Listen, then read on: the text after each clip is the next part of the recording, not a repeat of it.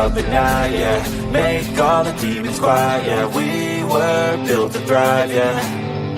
I think that we've all had enough. What keeps you up at night, yeah. Make all the demons quiet, yeah. We were built to thrive, yeah. I think that we've all had enough. Yeah, I think that we've all had enough. Sick of dealing with the old plan. They know that we're calling it wrong. You got me like, oh yeah. I think that we've all had enough. They know that we're calling it wrong. Hey, it's too late to try to go contain it. A generation fueled by creation. We live lives on a small screen nation. We control the airwaves, no negotiation. I refuse to think we need saving. Something good will come from creation. And when we think that the world is too anxious, we'll adapt, evolve, survive, and save it. What keeps you up at night, yeah. Make all the demons quiet, yeah. We were built to thrive, yeah. I think that we've all had enough. What keeps you up at night, yeah. Make all the demons quiet, yeah. We were built to thrive, yeah. I think that we've all had enough. Yeah, I think that we've all had enough. Sick of dealing with the old plan. They know that we're calling it wrong.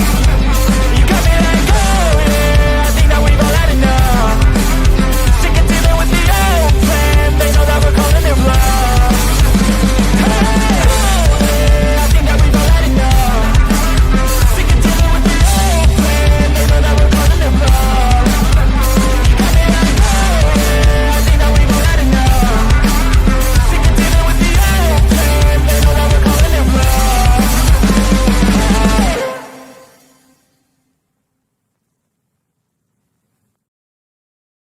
Oh, look at me. I'm retarded. I'm a globe.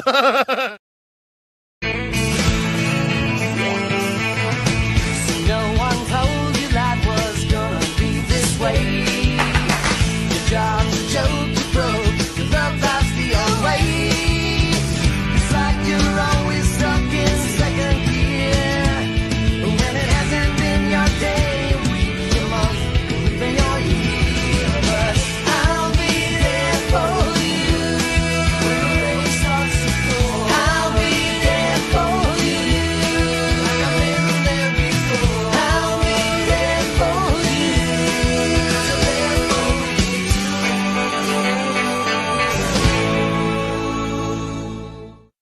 The whole system is designed to disconnect you from your intuition. Why? Disconnected people are easy to manipulate.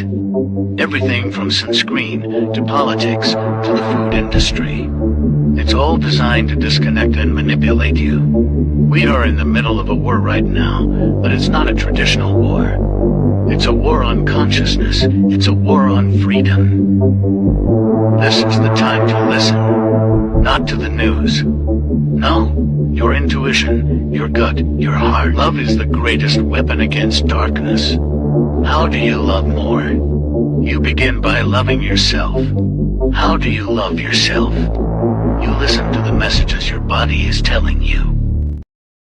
Nobody is coming to save you. Get up. Be your own hero.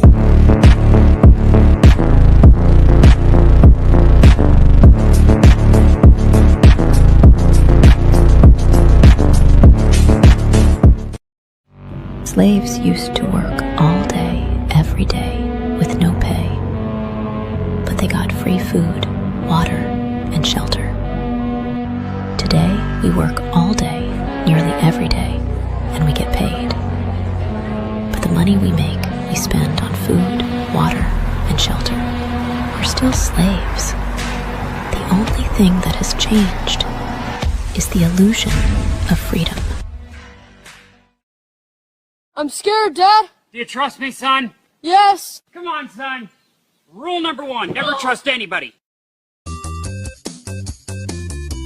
Stop! Don't touch me there. This is my no-no square. Stop! Don't touch me there. This is my no-no square.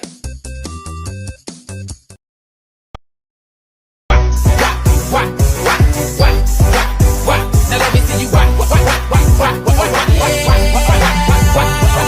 Drop it to the flow, drop it to the flow then. Now lean. Gravy make a splash like Pippin. Shit, that's nothing. Splash. Everybody call me Big Pimpin'. No, I ain't bluffing. I'm with your mom in the kitchen, making blueberry muffins. Taste the biscuit. Taste the goodness of the biscuit. Taste the honey sauce. Taste the goodness of the biscuit with the honey sauce. Don't get that honey sauce on me. I don't like the way it tastes with my chicken wings. Chicken banana, chicken banana, chicken banana, banana, banana. I remember when I lost my mind.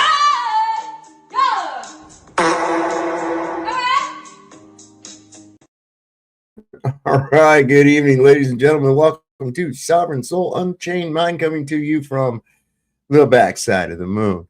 Where do they? You just don't hear lyrics like that anymore. I don't like the way it tastes on my chicken wings. I mean, brilliant, brilliant. Neil Peart wrote some good lyrics, but that lady's got it. I've got some great ones back here. I've got Bryce Sully is here with us tonight. We've also got D-Man, and we got Cubby. Look at there, everybody. The usual cast of suspects. Three Stooges. Three Stooges. Where do I fit in? I'm Zeppelin. I get to be. Oh wait, that's the wrong guys. Never mind. Some black and white comedians. Some from silent era. You're the other Curly. I'm the other. I'm Shemp.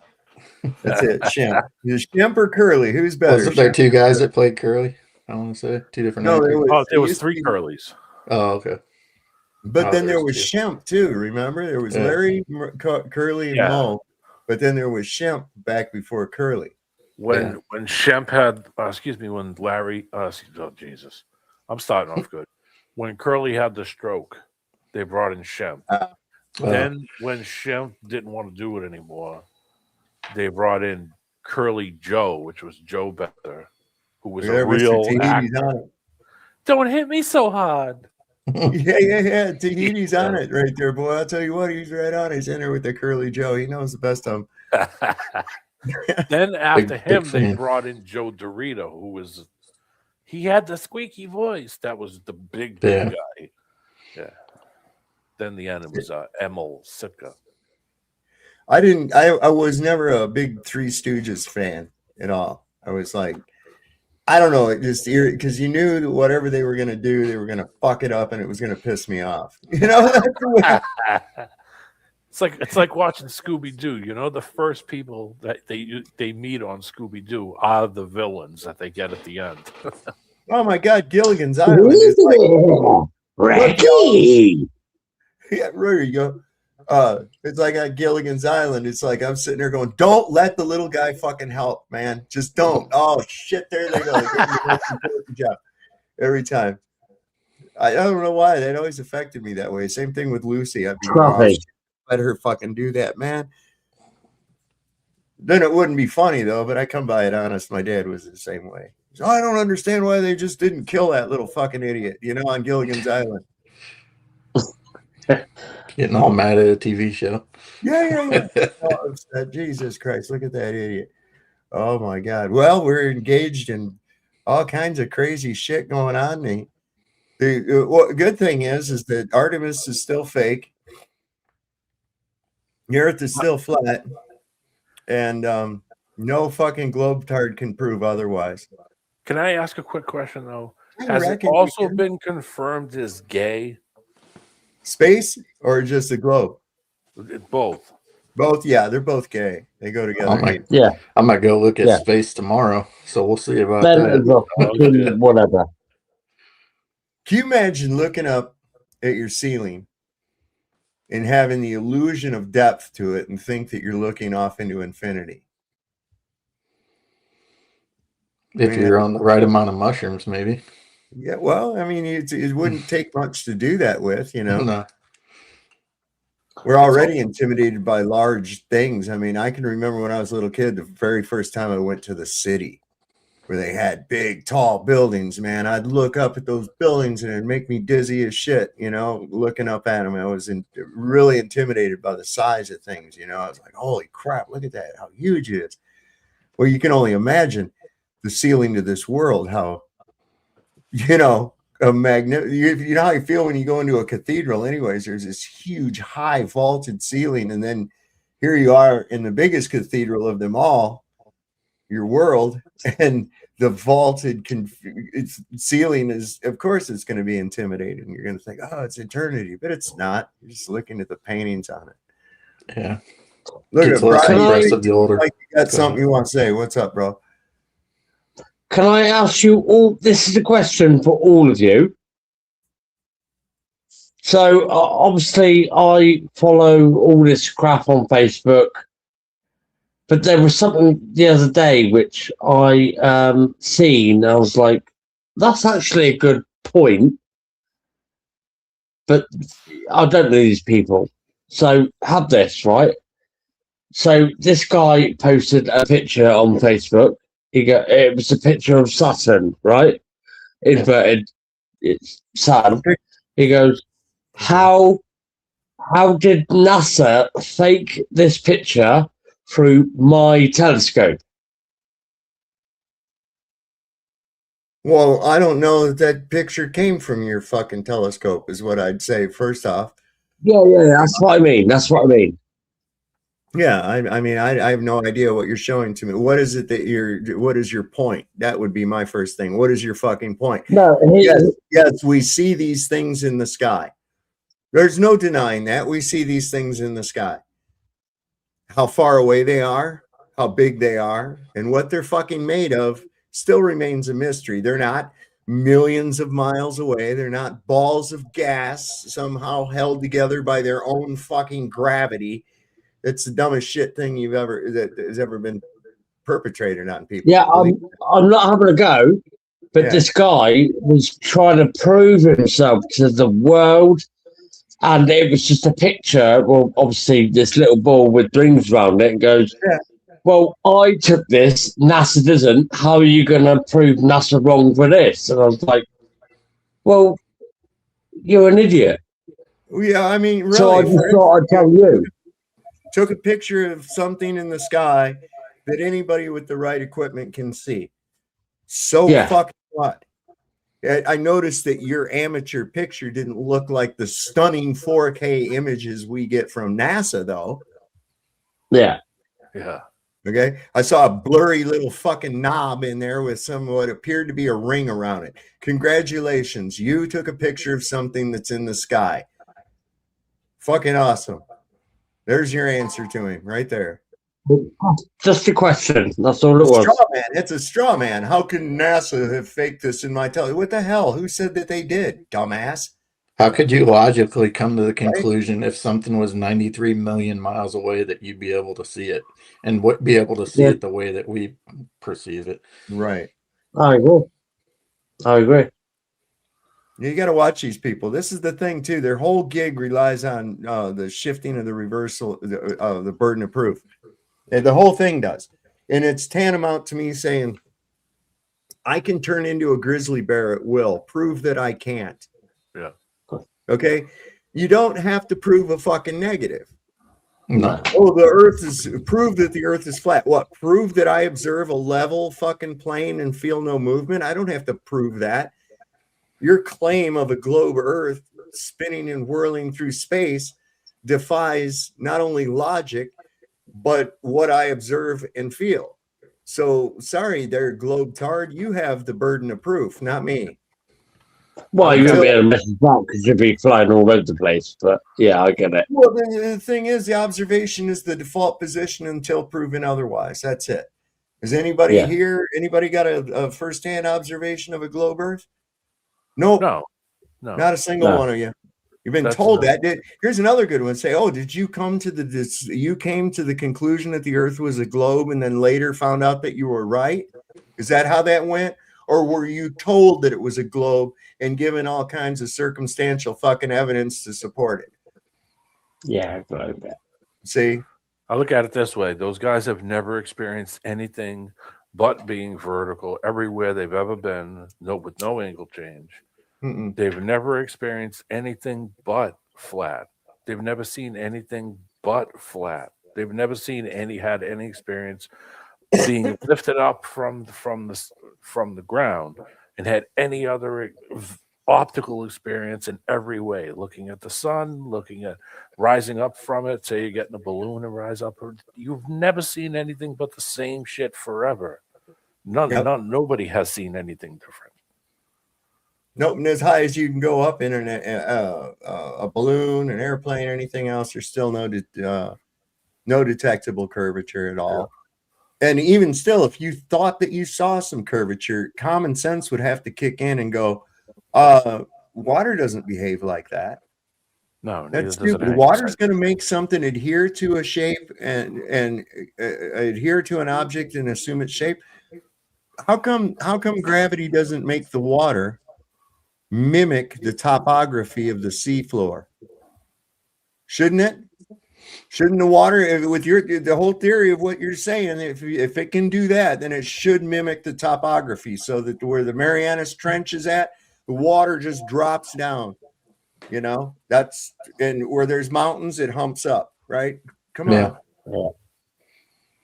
The whole idea of trying to the shit that they claim being done with fluids is stupid. And it all hinges on that one little magical fucking bullshit. Gravity. Tape that holds their whole fucking lie together. Well, mass attracts mass. No, it doesn't. Shut up. That's a myth. Nobody's ever seen that happen ever in nature.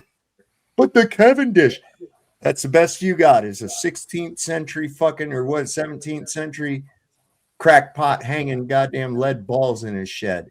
That's the best you got for it right there, is Cavendish. Come on, man. We figured it out. It's so easy. It's nothing more than a relationship to the fluid medium. Yep. Boom. There it Relative density disequilibrium. Yep.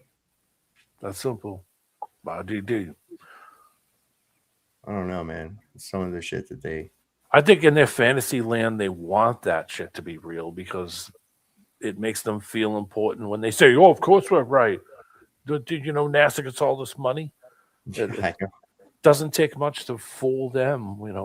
Dave did when he took the picture of the solar panel in his backyard and flipped the image upside down. Mm-hmm. And they all jumped up and down. Oh, well, I was just a picture obviously from space. No, it's from my backyard and I have zero money. See how easy it was to fool you? Yep. They have $62 billion. Yep, money already conditioned, right? Yep. It's people always say, why would they fake it? It's like, well, there's many reasons. One, all the time they've invested into the lie, all of the indoctrination they've invested into it, all the merch they've sold, all of the money that they get from the government. There's many reasons why.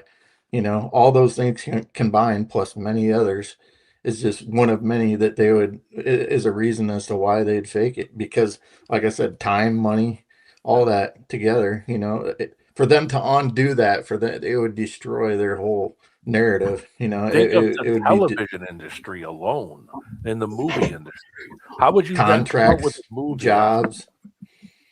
Yeah, movies, everything. It How would you destroys come up everything. with a movie after that about space? After they told you it was fake? After they were telling you multiple lifetimes to you and your parents and your parents' parents that it was real, and now say, go to the movies and watch our new space movie. Right. No one How will they continue on.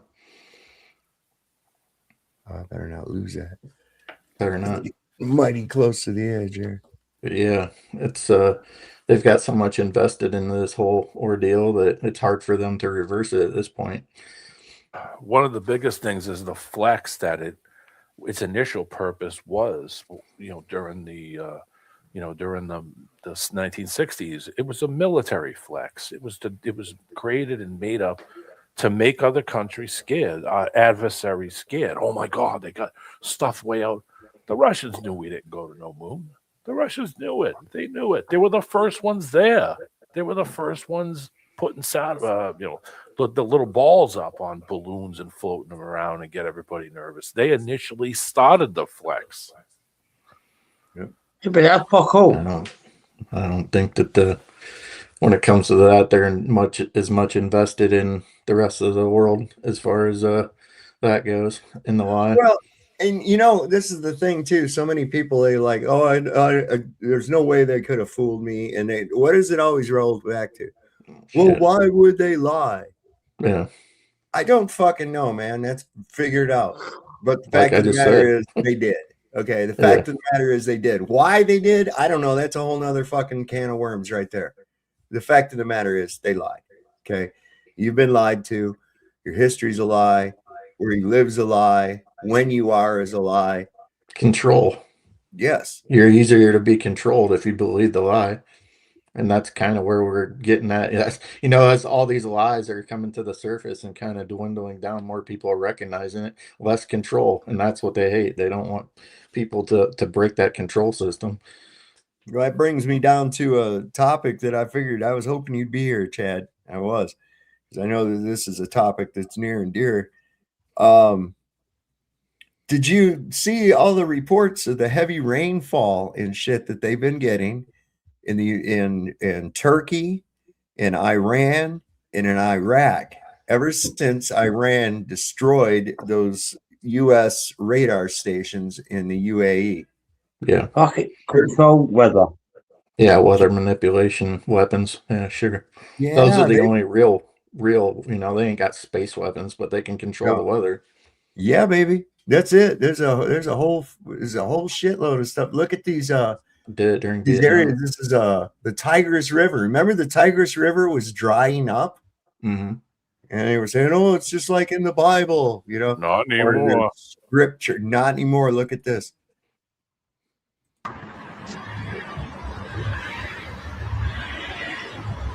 Got water in it now, baby.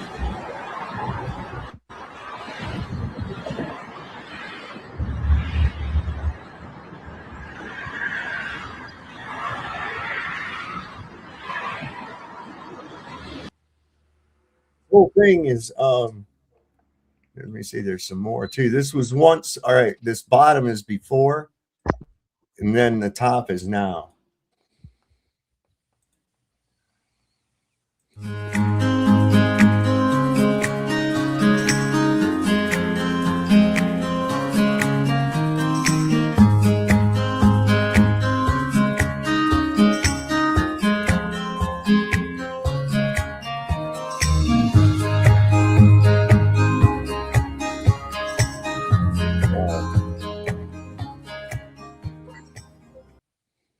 That's pretty wild, man. There's areas that they're becoming green that haven't been green in like 50 years over in Iran.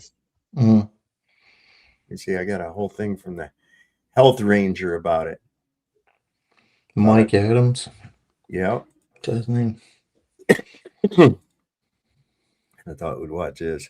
You may not be aware of this, but Tehran was almost made uninhabitable by drought. And the drought was engineered in part by U.S. radar systems that were blasting energy to ionize the atmosphere to steer clouds away from Iran and to actually cause a drought. It's just classic geoengineering, multiple ways to achieve this. But what has happened is that since those large radar installations around the Persian Gulf have been destroyed by Iranian drones, the rains have returned. And now in the last week or so, we have really record rains in Tehran and what was almost uninhabitable. I mean, literally last year, they almost had to think about evacuating large sections of the city, a city of 9 or 10 million people. Now they have plenty of water.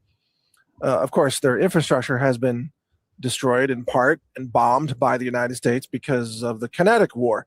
But the geoengineering war was another kind of warfare. Of course, their infrastructure has suffered an extensive amount of damage due to the kinetic war being waged against Iran by the United States. But the geoengineering war was just another layer on top of that. So the reason I want to mention this is because the globalist deep state of Western civilization, it wages war on so many levels. There's engineered famine, there's engineered energy scarcity, there's pesticides and herbicides to cause cancer and depopulation, there's weaponized, ticks that cause Lyme disease, there's, everything that you can imagine. There's some kind of weaponized system. The vaccines were weaponized, the information is weaponized by the regime against the people. They roll out many of the same weapons against the American people that they're using against enemy nations like Iran. So, for example, there's weather control that happens in the United States. Oh, really? All on purpose. Storms, hurricanes that can be steered into striking certain locations, floods and droughts that can compromise the food supply domestically. Remember that the global elite, they need to run on scarcity, and that scarcity has to be engineered and reinvigorated really from time to time. They need scarcity to create control. Without scarcity, if there were just abundance of everything for everybody, if crops grew easily and there was lots of affordable energy, etc., then people wouldn't be as easily controllable. So a big part of the effort by the globalists right now is to destroy the things that create abundance. Remember, it's destroying the things that create abundance in order to control you. And one of the gifts from God would be rainfall, water falling out of the sky for free to water your crops. Sunlight, these are free things, rain and sun. And that's why you have states like Oregon that are outlawing rainwater collection on your own property. They do. They outlaw it on your own property. A famous court case of a rancher that was building rainwater collection on his own land. And he was actually arrested, and I believe he was sentenced to jail for doing that, which seems crazy because, it's a classic permaculture philosophy is to retain water and help your own land grow more trees and have more habitat for animals and pollinators, etc. I'd like to know what's the justification for having a law against collecting rainwater. What is the problem that law is supposed to be helping? What is the problem that was caused by people collecting rainwater?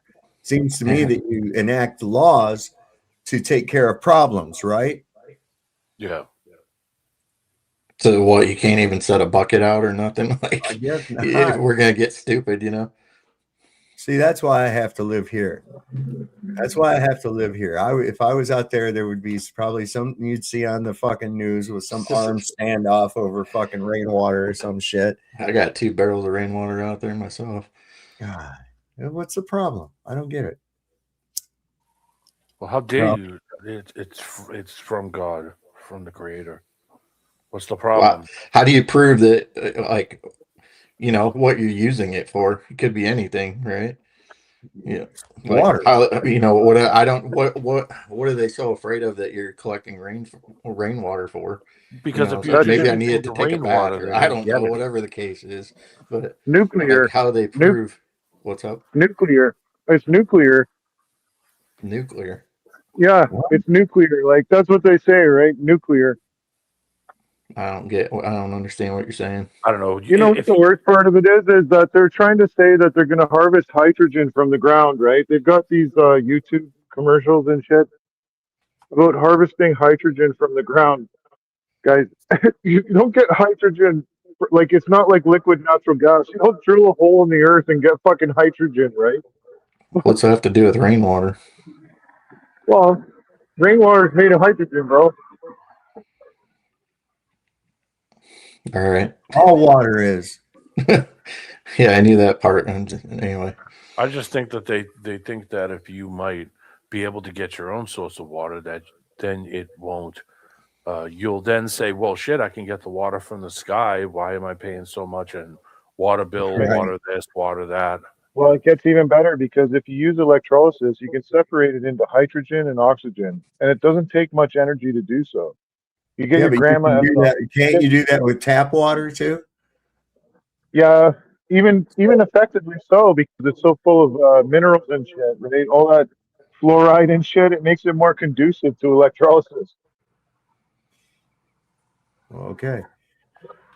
Anyway, Speaking of pollinators, the other part of this war is the neonicotinoids, the organophosphate chemicals, the glyphosate, herbicide, etc., that's designed to kill pollinators, which is doing at a rapid pace. Colony collapse is happening every year with honeybees. And then on top of that, it's designed to give people turbo cancer so they die earlier, which is all part of the depopulation agenda. So no wonder life is hard for so many people right now. You're under constant assault from a system that wants you to die. Assault from medicine and vaccines to the food supply, to the air you breathe, to the weather, to engineered famine and food inflation, forcing you to eat cheaper foods that are more processed and devoid of any real nutrition, which accelerates your degenerative disease conditions like diabetes and cancer and heart disease, etc. This is all by design. Your government is at war with you.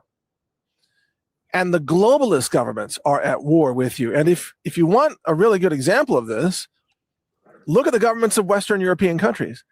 I mean, they are blatantly waging war against their own people. They've shut down their energy infrastructure.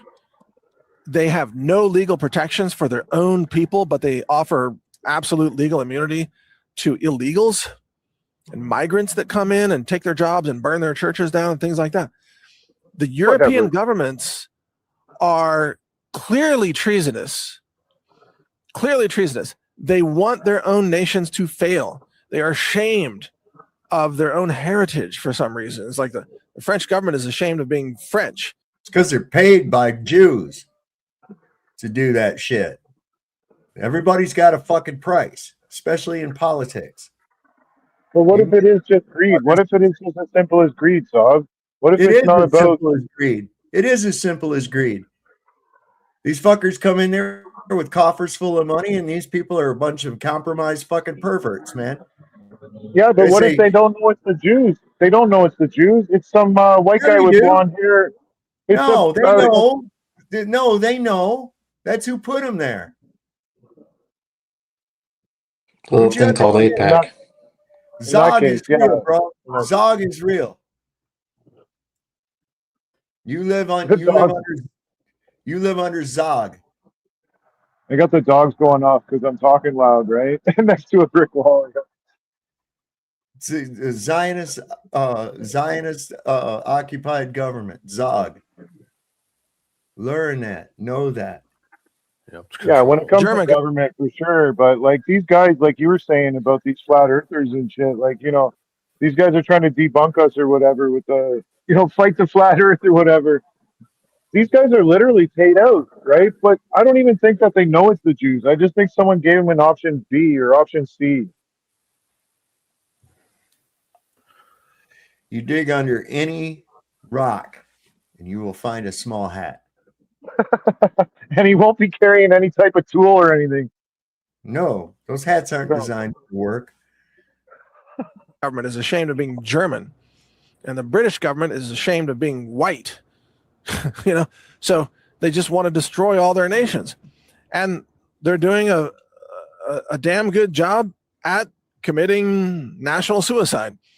But they also run weather control. They also run the pesticides. They run all the other weapon systems that I've talked about here, especially vaccines, and while disarming their own population. So you have no Second Amendment, no means of self-defense against a chaotic society or rising crime. And if you dare defend yourself in the UK against a home invader or someone with a knife threatening to stab you, if you dare defend yourself, you go to jail for causing an injury to them as they were trying to kill you, but you're the bad guy in the UK for some reason. It's just totally insane, but that's what it is. And you've seen many examples of this. So the bottom line is, I'm calling this the pinch. The pinch is the global depopulation effort. And I'm using the word the pinch in a kind of a mocking way because it sounds like something small, but it's actually global. It's the population pinch. And they are trying to eliminate billions of people. The only way to do that is to put everybody, 8 billion plus people, through the most difficult years of our lives. A time where the energy backbone is... What? It's a slow kill, though. That's what they're after, is a slow kill, right? They want to do it slowly. Like, it's not like, you know, like with the food, for example, it's, you know, it's something just takes the wind out of your sails. It's not something that, you know, fatally wounds you or whatever. Well, look, you go, if you put it like right away, you know, somebody goes and takes a bite out of a fucking apple and drops over dead. The next guy's going to go, you know, I'm not going to have that apple. But if you put it in there, like you're saying, over a slow period of time, not only do you not notice what's being done to you, you also feed the medical industrial complex by going to the doctor and get more of their fucking medication. And this feeds the insurance companies. And there again, small hats. Small hats every fucking time. So Steppenwolf had a song called Slower Than Guns. And that's exactly what the song is talking about. What you eat, what you smoke, what's in the air, and what it's doing to you. That it's slower than guns. You give somebody cyanide and they're going to kick over dead. You give them a small bit of arsenic every day and they won't. It'll build up and they die. But they'll be no longer a threat, right? That's the thing, too, is that, like, to take the testosterone, there's a lot to be said about the testosterone, like, in the male perspective. Well, you're all over the place tonight, ain't you, man? No, I think it's on par. Like, we talk about war and stuff. That's a guy thing, isn't it? You don't think about a bunch of females going to battle, do you? Well, only in certain masturbatory fantasies. But, you know. Are they blue? Yeah, well, all mine are carrying shields. Yeah, they got the shield maidens for sure. Yeah.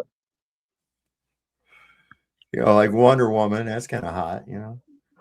Yeah, the soundtrack, dude. The soundtrack from that gets me. Yeah, the soundtrack.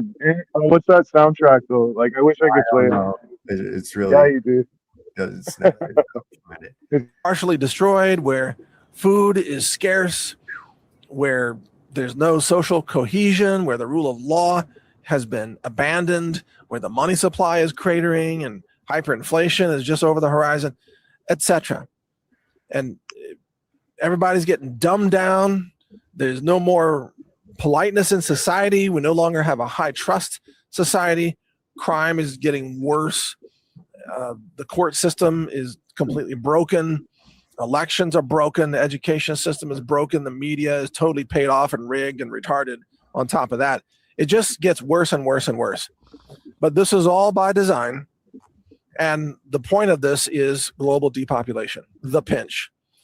So, as I've said many times, once you understand that, then everything else starts to make sense. But on a positive note, let me add that I believe you can survive the pinch. I plan to survive it. And frankly, it won't be that difficult. You might think that's crazy to hear me say that after all the things I just said earlier. But the truth is that the globalists know. The globalists, the Jews. He's going to sell you survival shit now. Yeah. That's I totally understand it. I thought about this stuff when I was real young because of the big scares that they had in my home state about, you know, global warming and the hole in the ozone and the water is polluted and, you know, and I sat and really thought about it, I think, and said, okay, well, I can do that, I can do this. And then when I actually started to look into the things I was coming up in my own mind, I realized that they made all of those things to fix the problem illegal. And I was like, wait a minute, why would they make something illegal that would fix these problems? And then I realized, oh, wait a minute, they're making money off of putting you in the panic mode. They don't Yep. really want to fix. They want you to get scared so they can control it and then take your money so they can get rich and say, we've come up with a solution that doesn't fix anything. That's all it is. They're the problem. They're the disease. We're the carrier. I'll tell you one good thing that we learned. We learned that the destruction of radar bases snaps the weather back to normal. I have a little data. On another note, anybody who's a tweaker or a crackhead out there, just to let you know, those radar systems are chock full of fucking copper, man. There's copper in there. There's silver. I think there's some plutonium or some platinum in there. Lots of it too, enough to keep you supplied for a month at least. I have a little data. As of late April 2026, the Tigris River levels in Iraq have experienced a rising of the flow of 2,500 meters. Yeah, boy. While recent rains and dam releases have temporarily improved the levels, and river often faces severe climate-driven shortages. This is from Google. Right? In 2025, as of 2025, some reservoirs were at critical lows for a 41.9 meters. Though winter rains and increased releases from Turkey have improved water security in northern Iraq in early 2026. That's what I don't understand. In Canada, almost anywhere in this country, as far as I understand, if you dig a well, if you dig down 300 meters and don't hit water, you just move a few feet. You know what I mean? Like, so I don't understand this desert shit where there's no access to underground water. I don't know. There's access. I know that the resort that I worked at, Death Valley, they drilled for a well, and they got down to a point where they broke through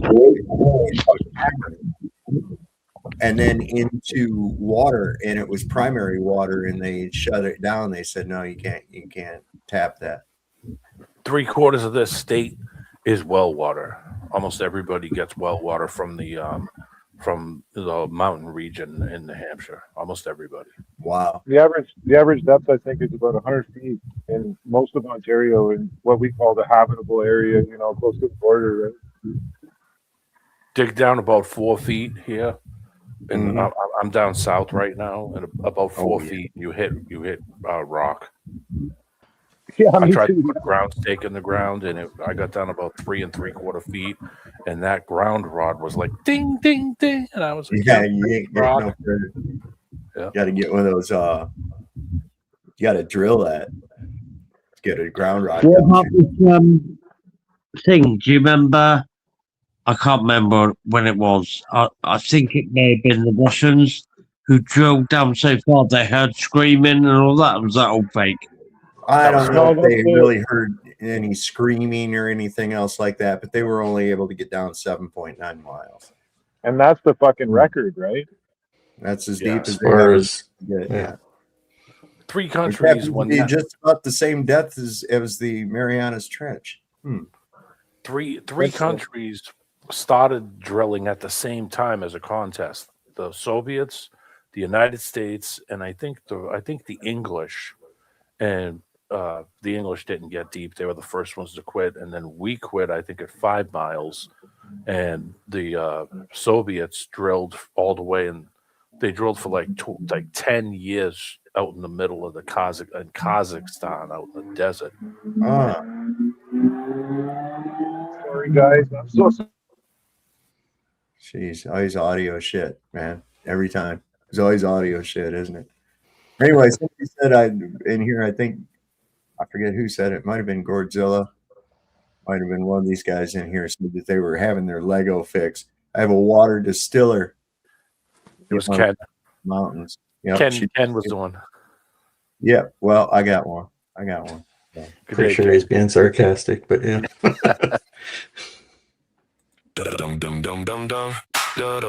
Hey, I got to have time to fire up this bong, you see. What happens is I've been using it so much that if I let it set cool for too long, then I can't get the bowl out. Oh, it gets sticky and can't pull it out. Yeah, you gotta break up some ice cubes and put some ice cubes in the water, make it nice. I gotta fill it up. What I'm gonna do is, because you got the little part where the bowl comes out, right? It's done. If you try to fill it up with anything to clean it, it's going to come out of that stem hole, right? So I got one of those wine corks that with the lever on it. It's the perfect size, and I just stick it in that hole and then clock the thing over, and then it seals it up. And then I fill that thing up with 90% rubbing alcohol and let it soak. And let me tell you what, it does a hell of a job. But I haven't done it in a while, so it's probably going to take a little while when I do. I don't know. It's going to be a problem. And today is just sort of like I didn't have to work today because, see, this is the thing. I'm the young guy, right? But so these other guys, they've actually been working this type of shit longer than me, so I don't ever say nothing. But we got that over that roof over the patio. We got that done. It's framed in. And we went to put up soffit.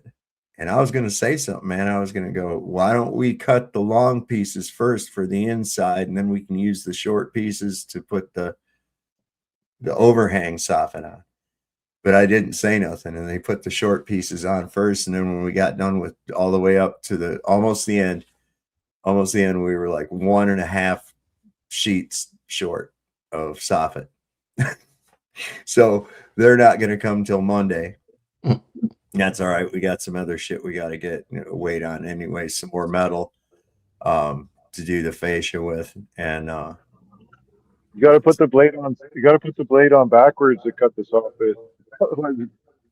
No, you don't. You use a cutoff tool, baby.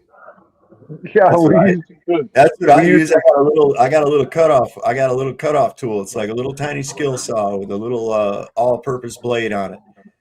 Right. My boss makes a little jig with just cut right up it, man. No time at all. Yeah, he makes a little jig, but just enough for the plate of the skill saw to fit on. Yeah. And then you run it through. You make it out of wood, so the first one you just cut through the wood, and you set it to the right depth. And then if you can do it with a skill saw and make a little jig, then you could just mark it like 17 inches or however big your soffit are. Yeah, that's what I use, that little cutoff tool. That little cutoff tool is only this big, and it's got a little 3-inch wheel on it. I just cut it, mark it, scribe a line, and I'm real steady with that thing. So cut it perfect. Besides that, you don't have to be absolutely perfect because it's going up into the you got an inch and almost a full inch of it. Yeah, you put it into that. You put it into that J channel that you put up anyway. So that doesn't. I've been into the drywall, man. It's dry mad, dude. I'm straight fucking loony from sanding and fucking putting up drywall. It's horrible. Oh, it's monotonous. It's monotonous. Yeah, I don't. Drywall. I hate drywall. It's almost worse than painting. I don't know if painting's worse or drywall. I don't like either one of those either. It's like, let you do it. I wasn't real crazy about grouting either. I didn't mind. I can handle that a lot better than those two. I mean, I don't mind putting up the tiles and shit, but that grouting, fuck all that. It's just a mess. Anyway, here we go with the Lego. I'm gonna smoke.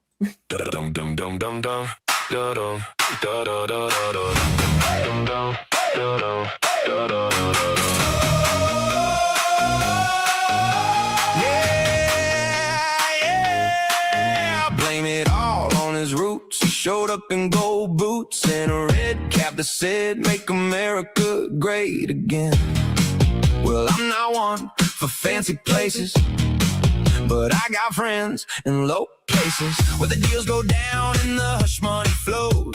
Stormy in the room with the NDA glows, and the best friend was Epstein Island in the sun. Fly logs don't lie, the parties were fun. 'Cause I got friends in low places where the whiskey drowns and the beer chases my blues away, and I'll be okay. I'm not big on social graces.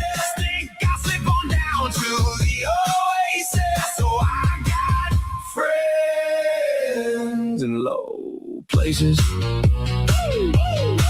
Well, I showed up at the party, grabbed him by the pussy, bragged it on tape like it was nothing but funny. Paid Stormy $130K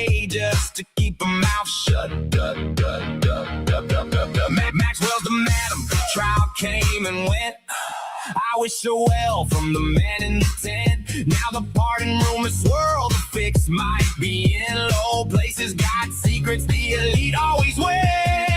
'Cause I got friends in low places where the whiskey drowns and the beer chases my blues away. And I'll be okay. I'm not big on social graces. Think I'll slip on down to the oasis. So I've got friends in low places.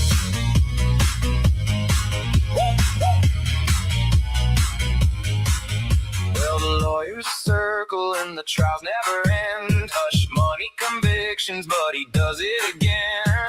Epstein's dead, but the thoughts still burn. Low places don't forget. They just take their turn.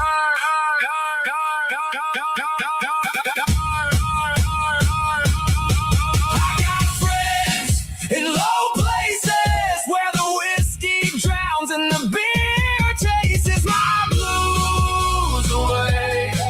And I'll be okay. I'm not big on social graces. Think I'll slip on down to the oasis. So I've got friends in low places. Yeah, low places. Real low. The files don't lie.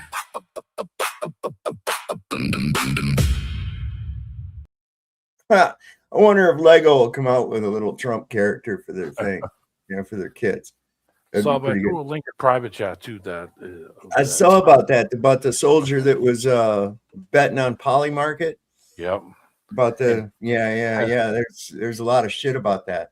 Yep. A lot of shit about that. We knew it was somebody who was doing it, and it's got to be somebody close to the president. That's insider information. You get insider straight. information. It's the same as insider trading. It's the same as insider betting. Would be Isn't that the what they identity. locked up Martha Stewart for? Supposedly. And look what happened then. And then she got out. Now she's smoking weed with Snoop Dogg. See, Yeah. She was rehabilitated. Yeah, but the other thing is with the Lego movie, right? Like, isn't that a copyright issue? Like, how are they able to pull that It's shit AI. off? Right? They- I know AI. that, but Well, actually, still. it's not. Actually, it's not. That was actually Chris Gaines. That was Chris Gaines, which is, as everybody Brooks. knows, Garth Brooks' alter ego. And I think he might have stolen the song from himself, at least the lyrics, in whole or in part. So that's probably what you were recognizing. But you have to understand the schizophrenic nature of Garth Brooks. And there's something about him. CIA. He might be a fucking serial killer. Did you know that every city that he's gone to has a tour every time he does? There's somebody comes up missing. Really? Yeah, man. Vampire shit. There's some shit about that. The Garth Brooks rabbit hole. I wonder if they got something on that. Let me see if I can find something real quick.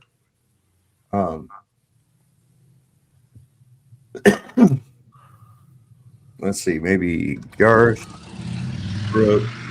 Just on some quick info. Oh shit! Sorry. I didn't know if I was on. Just on some quick info. Trump slapped sanctions on Chinese teapot refinery for buying billions of dollars worth of Iranian oil. So he's back to pissing on anybody that does business with Iran in any way. Okay, so check this out here real quick. Just a short. But I did Garth Brooks serial murders. And yeah, I've seen that. You get a bunch of shit, man. Hold on one sec. Let me do this. I showed up in boots. How's that song go? Blame it all on my roots. I showed up in boots. I'm trying to remember now myself. I hated that song so much that I try and block it out. But oh wait, that's not right. You're talking about friends in low places. Wait, how do I Between get that and pour some sugar on me? Those two. Oh, some shook up ramen. I know many of people won't agree with that, but this is the one I want. Ruin your black tie affair. It's look, like I said, at the start of the investigation, the prior probability of Garth being a serial offender was, for all intents and purposes, 0. Like, this was my baseline assumption. However, as we began to introduce evidence one piece at a time, I began updating my prior belief. The chance of a single specific event, like a person disappearing from a town on the same day Garth was performing there, might be slim. Say 1 in 1,000. It's weird, but it could be a coincidence. But when we layer in a second unrelated but similarly suspicious event, a different disappearance, different town, close proximity, the probability of it being a coincidence doesn't simply double. It becomes 1 in 1,000 multiplied by 1 in 1,000. That's a staggering 1 in a million. The statistical beauty of Bayesian analysis is that with each new piece of evidence, that initial near zero baseline probability is not just nudged, it's multiplied. We've documented over 80 unsolved unalivings and 120 plus missing person cases that have circumstantial links to Garth's concerts, tours, and residence. With each event, the probability that Garth's a serial offender doesn't just increase, it explodes. The denominator becomes the number so massive, it's nearly impossible to comprehend. It's a high degree of probability. So there you go, man. There you go. That's it. Garth Brooks is a fucking serial killer, man. Must be retired because he hadn't been on tour in a long time. He hasn't. Maybe he's one of them they took to Guantanamo Bay and executed. Oh. Yeah, along with Harold and Kumar. We'll have to, yeah, right. We'll have to check and see what the Q-tards are saying about that. Oh, it's Delta 9, 7B. So you'll know that, when Trump shits his pants in the Oval Office, that's a cue that the fucking nuclear codes have been passed along. Shut up, your stupid Q bullshit, man. Spirit Airlines went belly up too, I heard that, and here's the thing. Have you ever rode on that before? It's horrible. That's horrible. It is. It's like the ghetto of the airlines. Refuse to go anything like that. It says here that they declared bankruptcy for a second time in 2 years. My son Corey is 6'7", 6'8", something like that. He's Big tall, boy. man. Mm-hmm. Dude, his legs were cramped up in the fucking Spirit Airlines flying all the way back from California, bro. Man. And never ride on those motherfuckers ever again. It's ghetto airlines anyway, man. It really is. So, like, when they bail out the airlines, like, does everybody get a piece of that, or is it just certain ones like Delta and certain? I don't know how that works. Yeah, I don't know, because it's like how many times have they bailed them out and they're still going bankrupt? That's wild. But I don't know. That means that it just is not successful. Their model sucks and their business sucks. Why do we keep bailing it out? It's ridiculous. They're probably using it to transport people as cheaply as possible. That's why they keep bailing it out. It's probably their go-to to move people when they need to move them. This other thing, too, I thought was funny. It says DC officials mistakenly display several Australian flags instead of British ones ahead of King Charles' visit. Where did this happen at?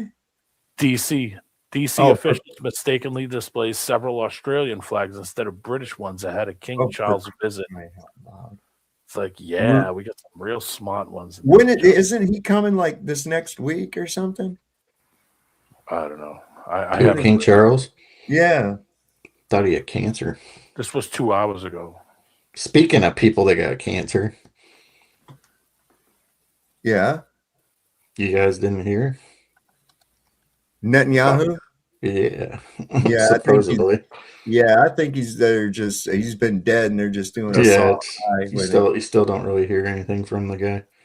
It's just all reports. Well, he ain't got no cancer. He got cancer, all right. Lead cancer from something coming down at the top of him. Most likely. Okay, when is King Charles' visit to the USA? That's what I was looking for. April 27th to April 30th. So on my anniversary, I believe. Isn't that my anniversary? I better know that. Better look. Hide your kids. Hide your kids, hide your wife. What the fuck is going on with my Facebook? There we go. Yeah, that's our anniversary. I wanted to make sure. Yeah. So April 27th to April We'll get a 30th. picture. So where were you? Yeah, I'm not that far. I mean, it only takes me about a couple hours to get up to DC. You know. Where were you and the missus going? The Mimblin? No, I don't know yet. To hell if they don't change their ways. Yeah, right. No, we I don't know, figure something out. I got a few days to think about it. You know, I'm never one to. You're a last minute man, huh? I am. You know, it's because like making long-term plans stresses me out. Yeah. You know, I don't know. I just like kind of go. I took a vacation this week. Seat of your pants. I took a vacation earlier in the week. I got an opportunity to drop a car off for some rich guy who lived practically on the border of Canada, and I figured, okay, I'll take a working vacation. So I dropped the car off, picked the car up, and on the way had 2 days off. So I was like, okay, I'm going to go take a vacation. So I went and took 2 days vacation, but I drove like 800 miles. So like I'm dragging ass yesterday and today. I was dragging ass bad, like really bad. You trying to tell us you're a mule? He's a mule. That's it. You're a mule. Yeah, I knew there was something behind. I dropped the car off to some rich guy. This car was in the trunk? What was in the trunk of that car you dropped off to the rich guy? And did that rich guy happen to have like some, I don't know, swarthy fellas with automatic weapons guarding the gate? I'm just, you know, like in the. You didn't have to take it to the abandoned warehouse down by the docks, did you? No. Yeah, well, if you ever drove tow truck, then you would be familiar with such experiences. And D-Man, I could speak for you. You probably don't know nothing. Well, listen, I know nothing. I see nothing. if you're ever, you know, just stay away from the abandoned warehouse down by the docks. That is where the crime always happens. Every movie. Whether it's a ransom exchange or a drug deal or even just going to torture some guy for information, it always happens at an abandoned warehouse down by the docks. Yeah. Every time. Down by the river. Yep.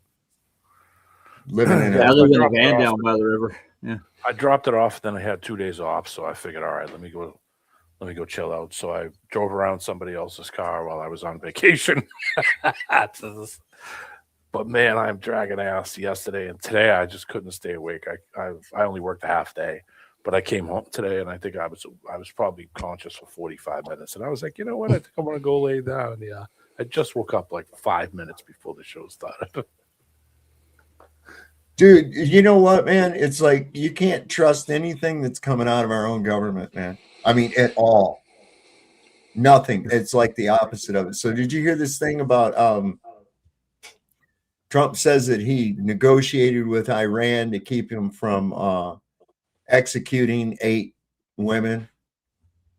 He demanded their release. Oh, yeah. And this was the thing. Of course he is. Look at this. And this was great because this came out on his Truth Social. This is Trump says Iran won't execute 8 women after he demanded their release. It says, hooray. The Iranian embassy said, hooray, Trump saved 8 AI-generated people. So who are they supposed to be? Some bullshit that they made up so that people. I mean, like Americans, travelers, Iranians, and just you know, whatever you want to be. Well, you still got to like the pilot that was rescued. Gotcha. Who the fuck is he? Where is he? How come nobody's interviewing him? Why isn't he going on the talk show circuit and telling? Why isn't he going on Fox News and telling Hannity about his harrowing trek with broken legs across 7 mountains in 24 hours and the Iranian army on his ass? You know, he's got a record. That person has got a record on traveling 100 miles by foot. No one's ever done that ever in the history of man. And didn't they do the same thing with Jessica Lynch? Remember Jessica Lynch? Oh, Jessica Lynch is being held by the Iraqis, and they dragged that. In reality, they knew where she was. She was sitting in some safe place. They just used it, and that's what that is. Trump is just trying to make himself look like he's pro-women because they got that fucking stupid election shit coming up soon, and they need that woman vote. So yeah, if they're not in the middle of a fucking election, they're getting ready for the next one. That's all they do is they push elections, and keep everybody hoping they get the mystery box. They guess correctly what's behind curtain number 2. Oh, if we just get the right people in there, boy, I'll tell you, we'll have everything licked. No, you won't. You're never going to get the right people in there. They're just going to create more problems. Fuck you. You're stupid, and you're voting out of habit. Hey, Saab, I didn't see the picture. Can you pull it up again? I didn't. I was walking away. You're talking about the 8 women? One of them looked like the girl from Buffy the Vampire Slayer. Michelle Gellar. Yeah, the one on the bottom left. Or the other. Right out of Central Casting. Christine something. All right, yeah. Here looks like she's about upset about something here. And why are they all like? Why they all look dolled up? They do. All got lip fillers and red lipstick on. Yeah, right out of Sephora catalog. That's what they were. Exactly. He's just trying to do that to make himself look good for the ladies because Donald Trump is. He's the man. Scummy ass fucking. He's got such a scummy reputation with women. That's all it is. He's got a scummy reputation with fucking everybody. I mean, he's really just a scummy dude, man. Come on. Think about this. All right. Jeffrey Epstein. We all know about that guy, right? Okay. He's a bad guy.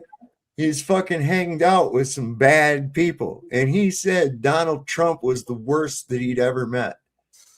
The worst? Yeah. So by his own rape. standards, he says, oh, he has absolutely no scruples whatsoever. Nice. So, Cubby, how was the observatory? I'm going tomorrow. I thought you were went to. No, not during the week. Before you Saturday. go, do you have a safe word so that way we know it's really you when you get back? Do you? I stand with Israel. All right, I just want to make sure. Yeah. By the way, I'm almost in with an application or two at Antarctica. Nice. Everybody jumped out of their seat, like, really? What do you? Yeah, I'm in the second phase of they want my background and stuff. So they're gonna do a background check on me. So. Uh-oh. Yeah. Well, you're gonna have to get vaccinated. And you're gonna go down. You're gonna have to go down a rabbit hole. Antarctica are just so plentiful. You got to be careful. You don't want to get AIDS in Antarctica. Hate from the penguins in Antarctica. Exotica. You have to get your rabies shot, your tetanus shot, your flu shot, your COVID shot, virus. You need all that stuff. Roger. Be ready. Yeah, I'll take a month of detox before I go. 33 NDB said, "I stand with Kick." That's his secret word. Dude, so people who's this company? They basically blackmail people now. They'll post all kinds of stuff on Kick that you catch you in one of those moments, and they'll post it online. What is Kick? Oh, it's a live streaming service. Yeah, it's a what? Like YouTube, just another platform of streaming service. Yeah, it's like an X, but 5 times. Oh, that's where that fucking idiot came from that night. What was Big that guy? Tech, yeah. Big Tech. Yeah. Big Dick. Yeah. It's got some cool graphics. I'm telling you, he did. Well, here's one thing he'll never do. He can never prove that the Earth is a globe. I'm waiting to see that happen tonight. Some two guys are supposed to stop by my stream and show me the curvature of water. Really? So what's the process like? Like what's the ETA? When will you be able to go down there if you get hired? Oh, they didn't tell me that much. They just sent me an email back saying I got to fill this form out. Gotcha. My word. I applied for 2 or 3 positions down that way. They're monitoring you right now. No, there. I'm sure they got on my hold of my social media and they find out I want to film the midnight sun during the solstice. So. I knew a guy in Death Valley. He was the guy that made me an honorary black guy. You are? Yeah. I watched Django Unchained and I felt black rage, and he said that was cool. So he made me an honorary black guy and said that I was permitted to use the N-word whenever I wanted. With a hard R? Yeah, with a hard R. Oh, yeah. man. Yeah.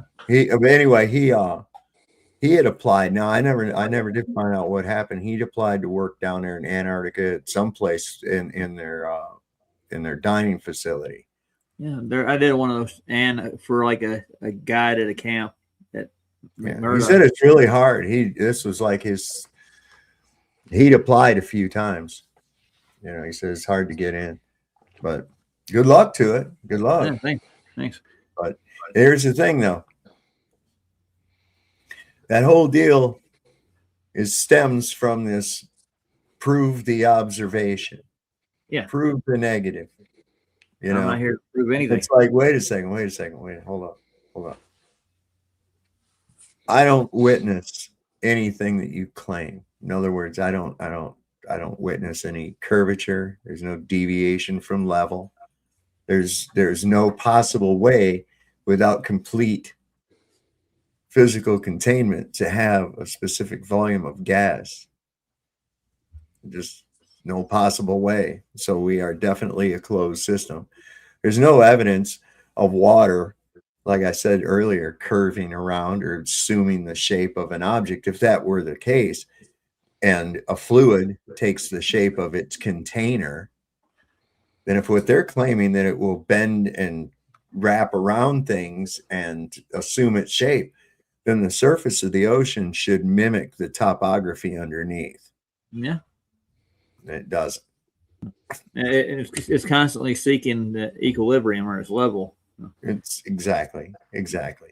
So I don't care what misinterpretation of a long distance observation you want to make.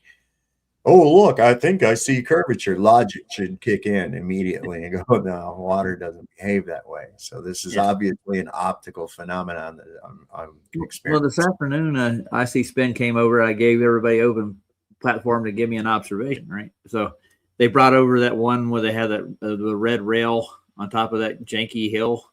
Oh, yeah. And then we started asking them questions like, well, what we're looking here, is that going to conform to the radius of the sphere you're talking about? There's a little deviation between one side to the other, but but there's distortion even in the rail itself too, in the photograph. And it's just questionable, but the distance of the horizon is so far, I think we calculated around 20 or 100 miles in distance across east to west. Wow. How far is that going to curve around? You know what I'm saying? Like there'd have to be a huge drop side to side. It's he said, well, you're red herring away from the topic, and no, we're taking the observation for full what it is. Well, you're taking an observation and making an assumption about it. That's what they're doing. Always. That's what they always do. Oh, well, here's a gas planet. And they'll show you a picture of Jupiter, and it's like, a what? A gas planet. Okay. Once again, your assumptions, which aren't even yours. Yeah. That's presupposed. That you were told by someone, and the reason you believed it was because your perception of the person that told it to you. Because anyone with two brain cells to rub together would know that, once again, gas in a specific volume, whether it be a mixture or a singular gas, whether it be in a dynamic system or whether it be in a static system, requires physical containment. There is no ands, ifs, or buts about it. That is axiomatic. This is why we have tires. This is why we have scuba tanks. This is why we have any mode of transporting a fluid requires some kind of fucking container. Yep. Okay. I got a question for you on that note. Have you ever seen any real true static system anywhere? Well, there's always something in motion, like right? A can of spray paint. Okay, that's not Okay, an that's a actual static system. system. It's just a pressurized volume of something. Yeah. But, I mean, in nature, though, I mean, yeah, I've never seen anything completely static. There's always something in motion, right? Well, of course not. And even in the paint can at a microscopic level, there's still that movement. There's still dynamics involved. Even the dynamics of entropy itself, because eventually that paint will dry up in there. You won't work anymore. So you've got those. It depends on the arrow of time as well. But have you ever read the Hermetic Principles? I've heard half of them. I've not read them personally. It's pretty interesting. Pretty interesting. I have them here. It's not a real long read, but it's enough and it's deep. But yeah, so you definitely need a closed system to have the environment like we have. Okay, otherwise there's this idea that there's infinity. When you look up at the sky, you're looking out into infinity. No, you're not. Yeah. You're looking at the fucking ceiling. Okay, it's just looks like there's depth to it. There's really not the depth that you're perceiving.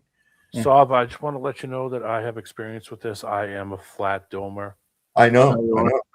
So I've been saying for a while that we're not on the outside of it; we're on the inside of it, and it's flat where we are.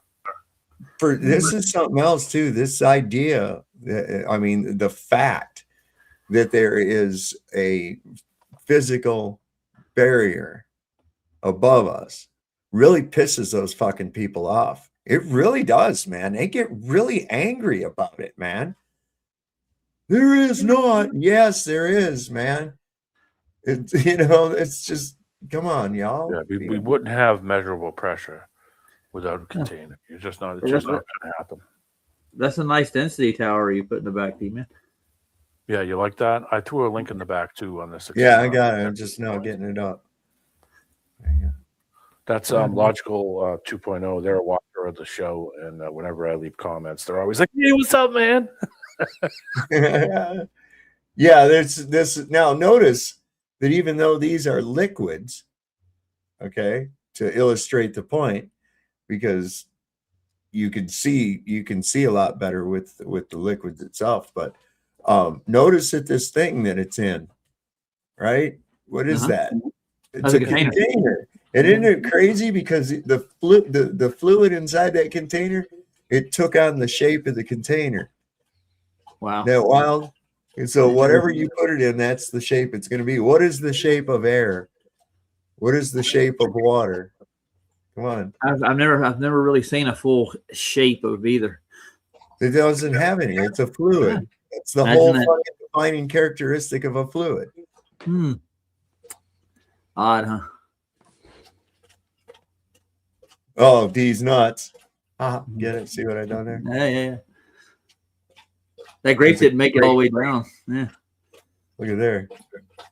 The cap, nope, didn't make it all the way down either. Oh, this guy is dead, man. No way he died from. David Wilcock? Yeah. Supposedly he self-deleted. But there's a lot of people saying no. Especially since he said that, he's not suicidal. Sandy was bringing that up a couple of nights ago. She did. Mandela about it. That was his name, Wilcock or Wilcox, and some people, a lot of people said it was Wilcox. Yeah, it was Wilcox. Hey, Sav, you ever heard of a black and tan? It's a drink. Yeah.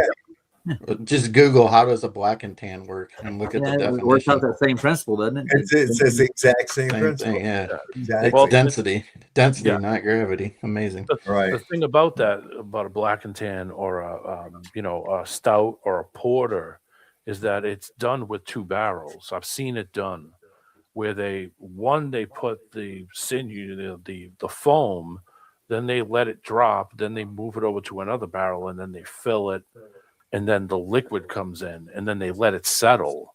It has to be poured extremely slow too. Yeah, you gotta use the proper way to pour it with a spoon. I got to be honest with you. I had it. I mean, I'm Irish. I'm half Irish, Are you? And Now? I got to tell you, it was one of the most disgusting things I ever drank. It was like I thought they were good. Yeah, it was like them. drinking a coffee that had chocolate in it, and then at the end, like the end taste you get is like a bad beer. It just tasted. They usually use Bass, the originals, Bass Bass, beer, and Guinness. Bass and then has they've developed them into Black and Blues, which is like Blue Moon and Guinness. And they've done a bunch of other. Yeah. Nah. I had a Guinness and a Murphy Stout were the only two I ever tried. A porter. Yeah, and you try with the Bass. It's pretty good, D-Man. You'd like it. But anyway, yeah, it's interesting that density is not gravity. Snowman showing himself over here. What are you doing? Are you eating? Yeah, I mean, I got the Doritos going. I got the jalapeno Doritos. Yeah, and shameless plug. Yeah, where is it? Yeah, where's the Nutella at? Yeah. Yeah, no, there's nothing going on up here, man. Up north, man, everybody's just doing their business. You know, nothing really. There's not a lot of war talk up here. You know, like I guess, like, what do you guys think? Like, you think anybody even gives a fuck about what's going on at all? Not really. No. Financially, yes. Yeah. Canada was just saying a few days ago that they're talking about trying to get different connections and stuff now, that they don't think that the America's going in the right direction. Yeah. It seems like we're distancing ourselves, but the only thing is, you know, at the fuel pumps, everybody's choked, and that's a worldwide thing, right? And by the way, D-Man, that up there sounds condescending, like you're above us or something. I'm telling you. I just came from up there. Now I'm Up down there? here. Yeah. You people are way ahead of me. You people up there. What do you mean, you people? Yeah, what are you talking about? What is it that Mount Negro, or isn't they call it Mount Negro at the top of the North Pole there? Isn't that what it's called? Somebody did a thing a I while stand ago. corrected. Yeah, I stand corrected. Somebody did a thing a while ago. They bought a brand new dishwasher, and on the side of the dishwasher, it had the word black in different languages. And the guy got all offended because the one side of the box had it in Italian. Yeah. And they didn't have a clue. He's like, what the hell? It's like, it's a Yeah, different yeah. language, guy. Where do you think that word Negro came from? My God. Oh. Well. So, well, that one guy got offended when I mentioned that about blackmailed politicians. And he's like, what do you mean blackmails? And I said, no, not black males, blackmailed. You know, like bribed, like held with extortion, you know, like I got photos of you fucking some other woman. So if you don't do what I say, I'm going to show the photos. Oh. I'm like, you ignorant motherfucker. In fact, that I got to take time out to explain that shit to you. Fuck you. Go eat a goddamn Tide Pod, for Christ's sake. All right. I mean, I got like zero tolerance for fucking retarded, you know, I mean, anymore. I'm just like, God damn it. There's no excuse for you to be that goddamn dumb. There's no fucking excuse. All right. I'm past confused. I mean, I'm pissed. What kind of hellish reality are we living in? The president of the United States gets on social media talking about the war with Iran. Iran fires back with the complete opposite story, and I'm sitting here as an American, a veteran, wondering if I fucking trust them more than my own president. I mean, do you understand how fucking insane that is? We're talking about a regime that's backed terrorism for decades, that's threatened to wipe our allies off the map, and somehow the guy sitting in the Oval Office has torched his credibility so badly that people are second-guessing him instead. I mean, it doesn't happen by accident. It's what happens when you fucking lie about everything. Big things, small things, stupid things, things that don't even fucking matter, over and over again until the truth doesn't mean a damn thing coming out of your mouth. And now, when something actually matters, like war, people don't even fucking know what's real anymore. And it's not embarrassing, it's dangerous as hell. Because credibility isn't some extra feature of leadership. It's the whole damn foundation. And if the commander-in-chief can't be trusted in a moment like this, then what exactly are we supposed to fucking stand on? Blind faith, party loyalty, vibes? Fuck no. That's how countries make catastrophic mistakes. I've never thought I'd see the day where Americans are looking at a hostile foreign government and going, yeah. But are they the ones telling the truth this time? I mean, that should shake you to your fucking core. This ain't left versus right anymore. It's about whether the United States can even trust its own leadership when it matters the most. And right now, that truth is hanging on by a damn thread. You got that right. I think everybody's starting to feel that way. I mean, it's like, and Iran's putting out shit in real time. He's like, oh, we're going to be having talks tomorrow. And Iran's like 2 minutes later going, we're not having any talks tomorrow. What the fuck are you talking about? Well, don't you feel like you've won enough yet already? Yes. Oh, He's won this war so like much that you don't 15 know. times, I think, isn't he? Something like that. I mean, we're winning so much that you're not even aware that you're winning, even though you don't feel like you're winning. You're obviously winning. So is the Strait closed or open this weekend? I don't know what it is, man. It's like here's what I think. The Strait's open as long as you pay Iran's toll and you're not affiliated with the United States. There you go. I think that's pretty much how it's been. That's how it's going to go. Why? And now they're talking about, I'm sorry, what? I apologize, God. No, go ahead, man. I forgot. I was just going to ask, why doesn't Greta go through the straits? That'll happen.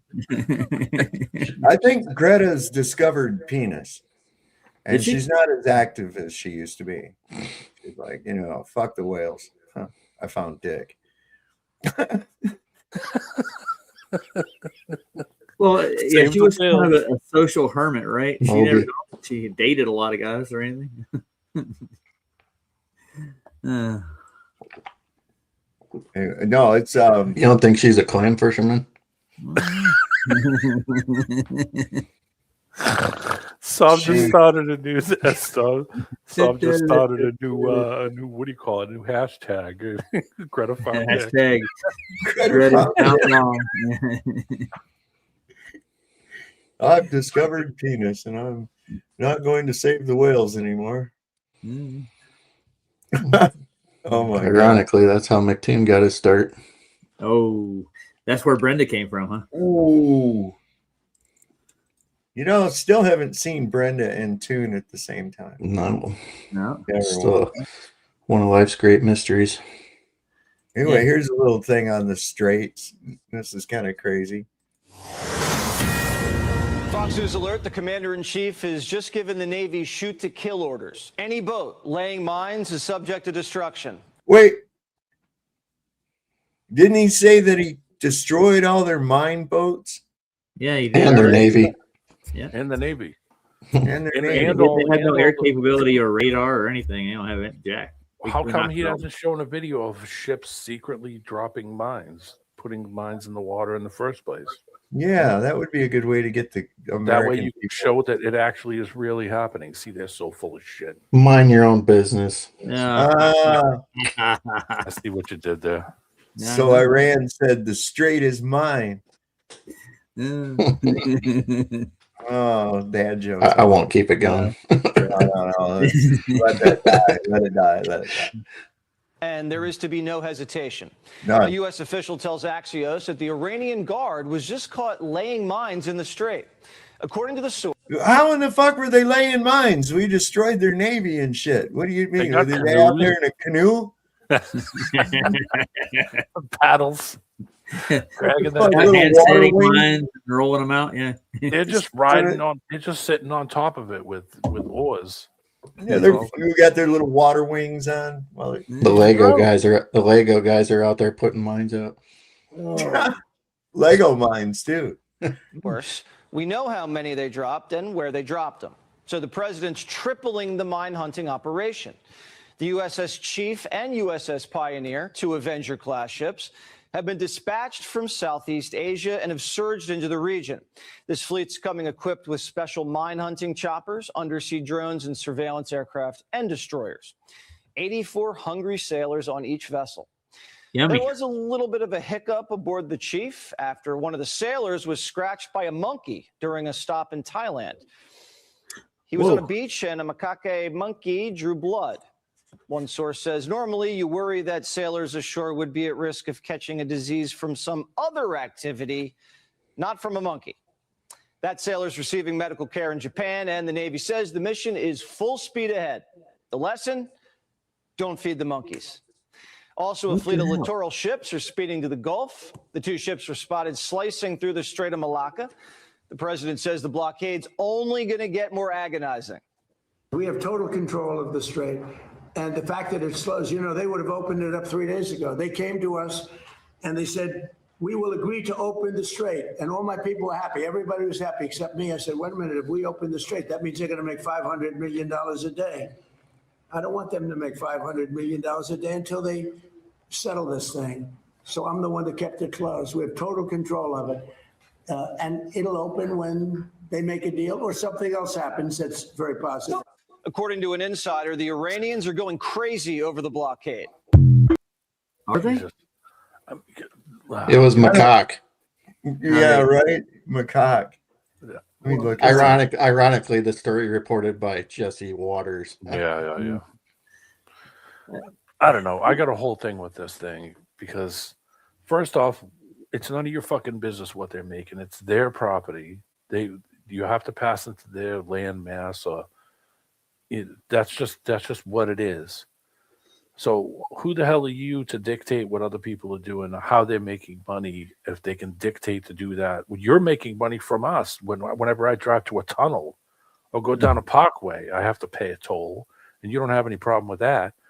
But yet you have a problem with other people doing the same thing, which makes no sense at all. Hypocrisy, man. Can I get an easy pass through the strait? There you go. Yeah.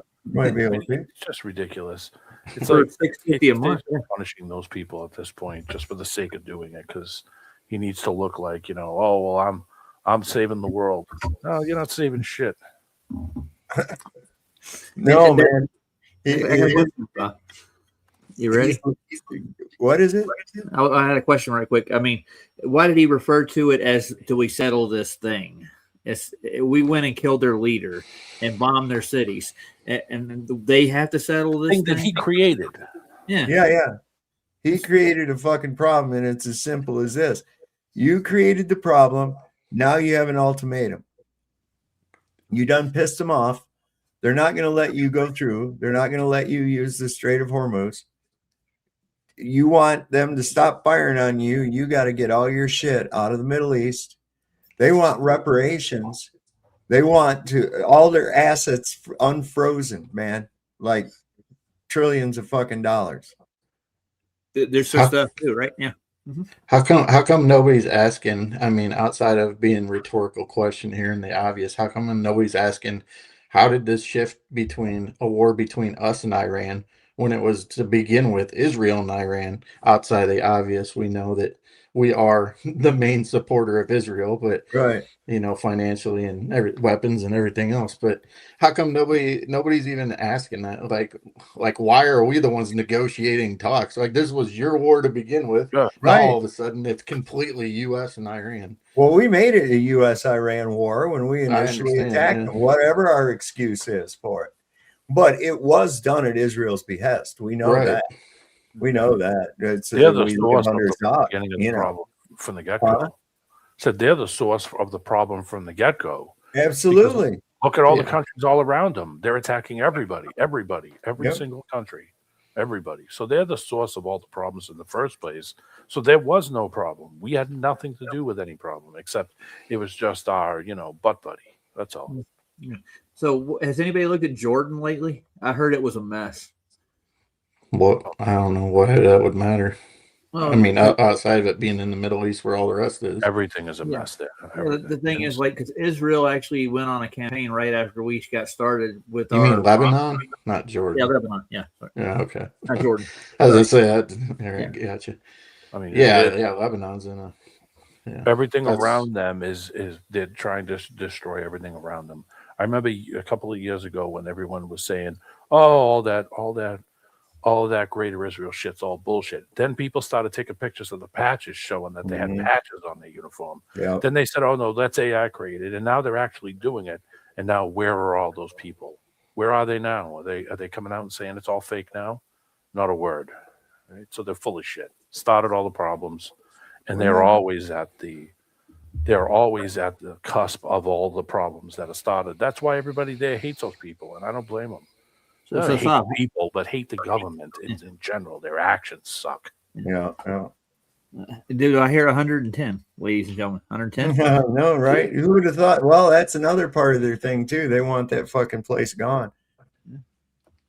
Other countries are recognizing Palestine as a state and not Israel. Well, I mean, you know, we've deep dived it a million times. We're going back all the way back into maps from the 1920s. Yep. It was Palestine. Even in the Indiana Jones movie, Yeah. man, the plane's flying over, it's showing the little red line and the airplane flying over the map. Yep. And it goes over Palestine. Yep. Come on, man. It's, you know, this shit's all created. All these problems have been created.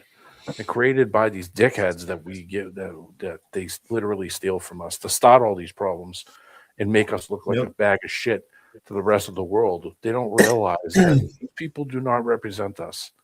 They're forced representation, okay? These people have put themselves into these positions to do this shit in our likeness, but yet the people don't support them. It's like a dictatorship. We're stuck with these assholes. We can't seem to get out of it, and neither the majority of this. I think some people really like being controlled, like some kind of dominatrix thing. Like, I don't get. So I just try to stay out of it as possible. But I just want to make that clear that I don't think the.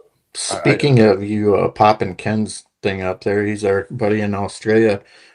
Just curious, Ken, have they done that thing with the protesters? Because Australia is talking about putting out new antiseptic laws. Oh yeah, and then a bunch of protesters were talking about going down there. Some band, I want to say, that had From the River to the Sea or something like that in one of their songs. So they were talking about going down to, I'm not sure what location, somewhere in Australia, and playing that, and like knowing good and well they could get arrested for doing it. You know, they just if you just offend somebody in that country, they will arrest you in public. If you just offend somebody in public, just words. If you just hold a sign that says "This country sucks," they will come and literally arrest you right there on the spot.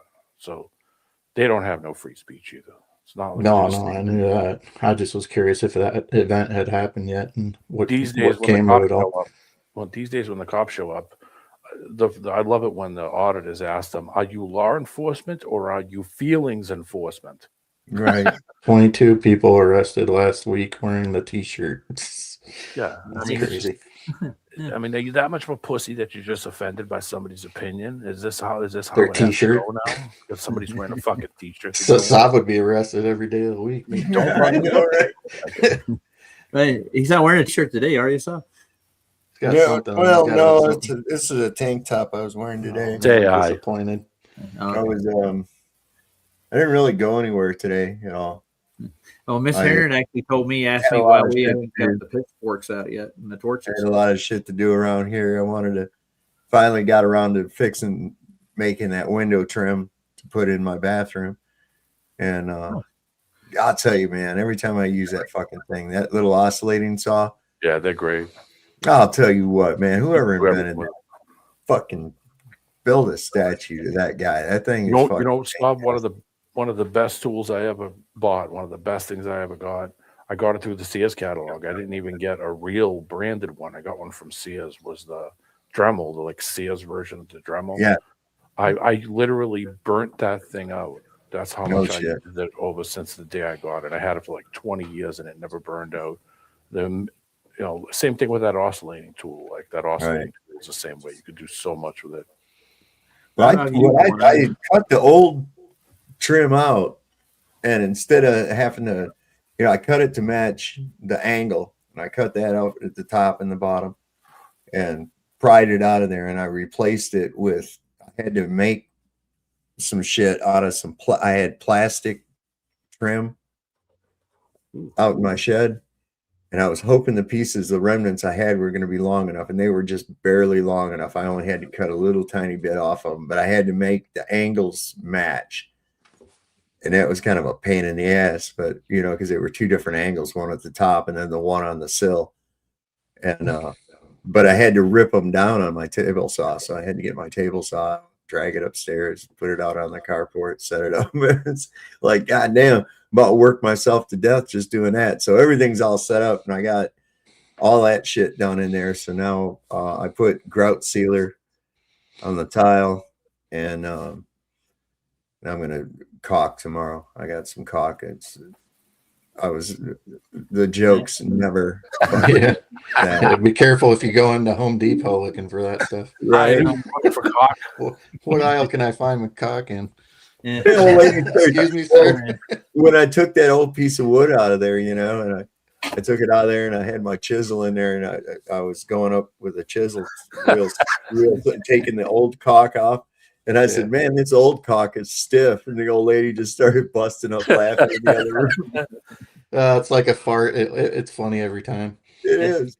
I got a joke like that. I worked at this place, and there's a guy named Richard who was in charge of maintenance on one of the sites we were on. And a guy named Jimmy was like trying to do some maintenance on the gym doors because they were leaking water. And he comes in, I want Richard's caulk. I can't find Richard's caulk. He just walked in the middle of the morning.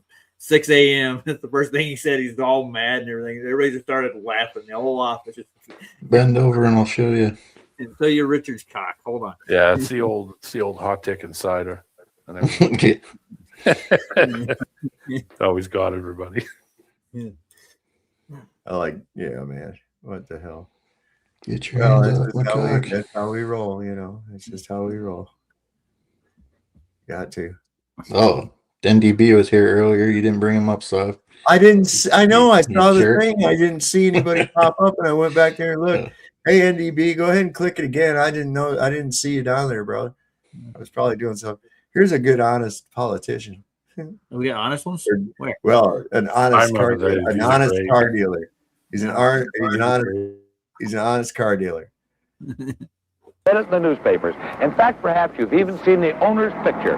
Ralph Williams, the owner of Bayshore Chrysler Plymouth, 345 El Camino Real in the city of San Bruno. You notice the big bald-headed son of a bitch? The man that came to San Francisco to offer them more for the dollar they spend. The man that came to San Francisco to rape each and every citizen in the whole San Francisco Bay Area. You don't believe it? Listen to me. I don't lie. Take a fucking car like this. A 1966 Ford, a Country Squire 9-factor station wagon. Don't worry about the equipment. Imagine all the fun you can have in the back. And while you're doing it, imagine all the money that bald-headed prick Ralph Williams is going to be making on the car he's trying to fuck you out of. Yes, the man that'll take every dime out of the San Francisco Bay Area and spend it on prostitutes, booze, and of course crap tables in the city of Las Vegas. I'm sure you've heard about it. So remember this. If you'd like to get fucked and look real hard before you buy a car, come down here. Let Ralph Williams do it. Why not? Why not somebody else? Remember our address is 345 El Camino Real in the city of San Bruno. But if you come from Marin County, East Bay Area, or San Jose, your money spends just as well as anybody else's. And when this bald-headed son of a bitch gets a hold of you, you will spend money. Talking about payments, 5 years payments of $100 a month. You can't get even. So shop before you buy. Bayshore Chrysler Plymouth. You hear you kind of laughing in the background. Yeah, because the good old days. He made Whoa, of those. You got Huggy Bear. Yeah, I got no despair bear. That's Huggy Bear. Where's your hat? Where's the hat with the feather and shit? Where's your pipe? Where's your pipe? You got to have a pipe and that's like a smoking jacket. Got no pipe either. Got some hard pipe hitting niggas on the back. Y'all know what that movie's off of, don't you? That's his Lebowski robe. He's making a white Russian. Yeah. Peanut butter and crackers. Peanut butter and crackers. He's at class. What'd you call me? Movie. I finally watched that movie. Oh, you finally watched it? Yeah, finally watched it. Did you like it? Yeah, it was all right. It was all right. Lebowski is a great movie. Hey, dude. I can always Listen, go back dude. to that one. It's strange, but it's made to be strange. What do you think? Did you ever see Raising Arizona? Oh yeah. It's another My classic. wife hates that movie. I think it's funny. Yeah. It's either a love it or hate it one. I like it. I like it too. I think it's funny as shit. You do. But I am a twisted. When he comes out of the mud. When he comes out of the mud from breaking out of prison. Yeah. I like the pamper chase. That's one of the best parts. The guy Yeah. that did that used to be a boxer in the 1970s. Tex Cobb. Oh yeah. Yeah, he fought a bunch. He fought a bunch of people. He was a heavyweight boxer. Randall Tex Cobb. Randall Tex Cobb. Oh yeah, He by the beat way, Ernie guys. Shavers. He beat Ernie Shavers. Oh. Did he? Toward the end of it. That ain't no easy task. By the way, I'm in YouTube jail. Why? Uh-oh. Something to do with either Brian Cox or BBC.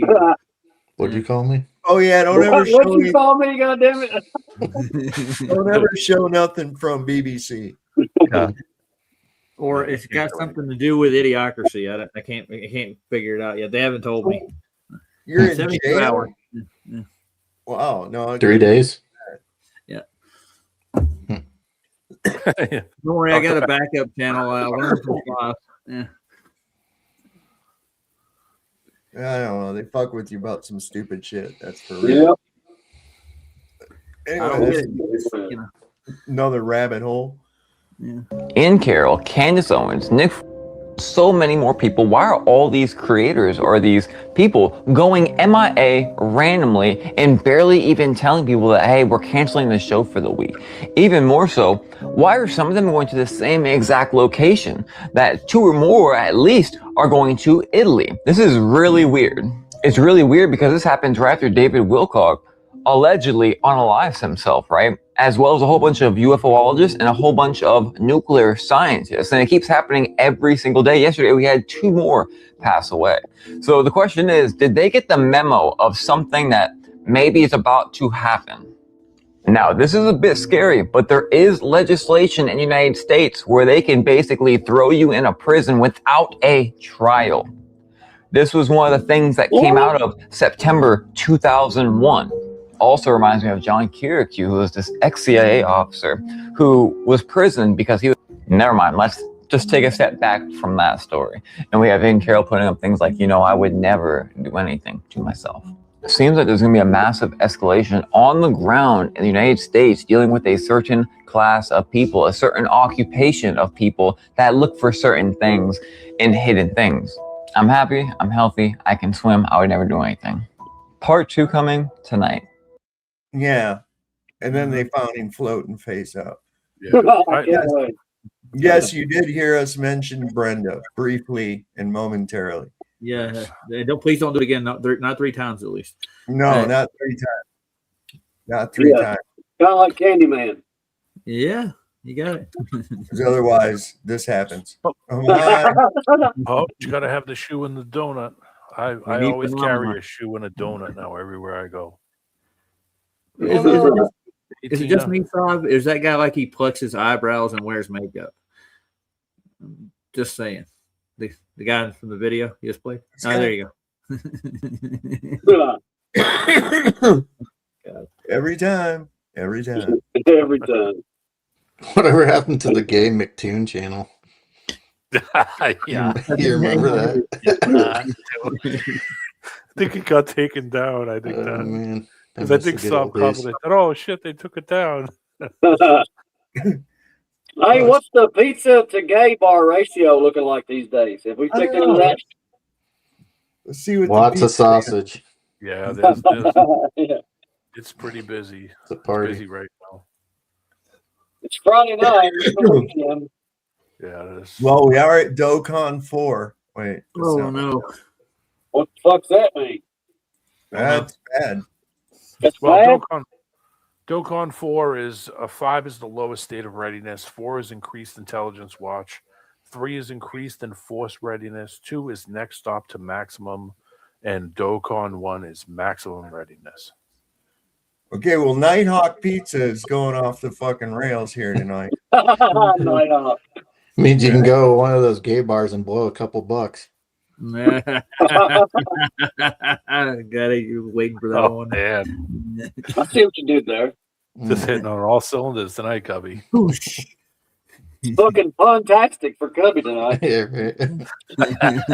Dude, this is what you're gonna have to fucking pick from right here, man. Oh boy. Yeah.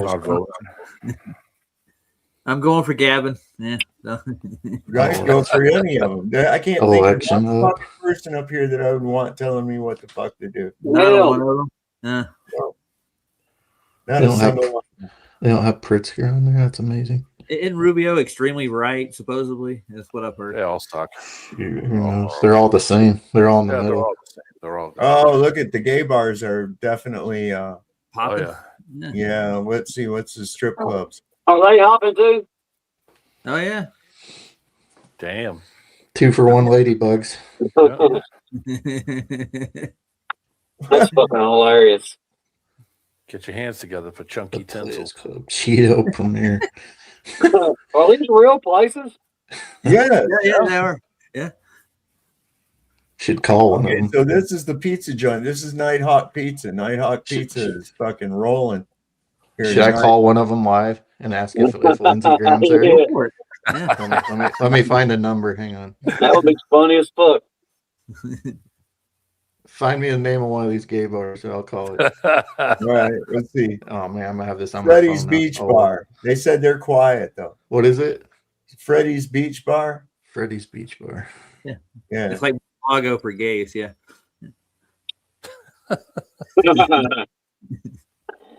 That's And close to other- the Pentagon, right?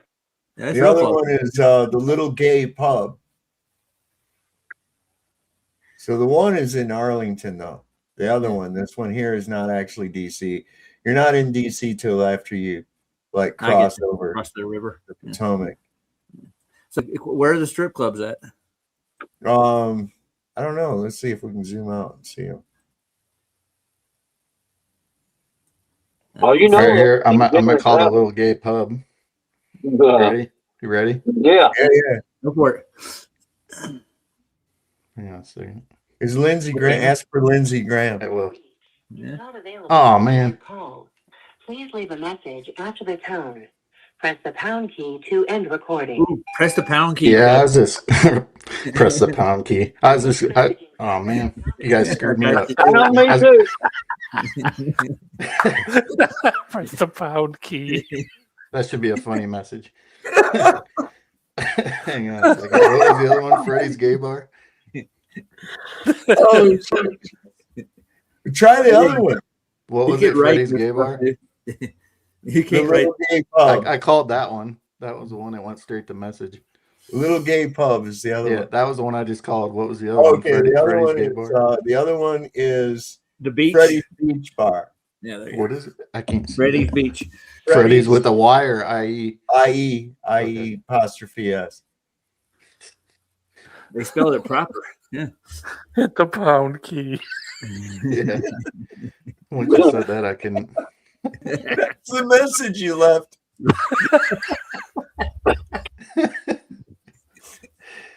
All right, that's an Arlington. Laughing about Okay, the fucking pound key. here we go. You introduce yourself as holding the groin. Yeah. All calls are Oh recorded for man. quality and training purposes. He's on Oh, hold. I'm home. Nice. That's pretty gay music. All right, I'll mute. Hang on.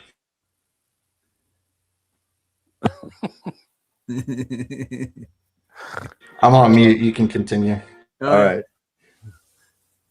So like when he comes on though, when he gets to the thing, you be quiet. No Beavis and out, Raj. All right. I gotta help myself with the pound there. This way. Hit the pound sign.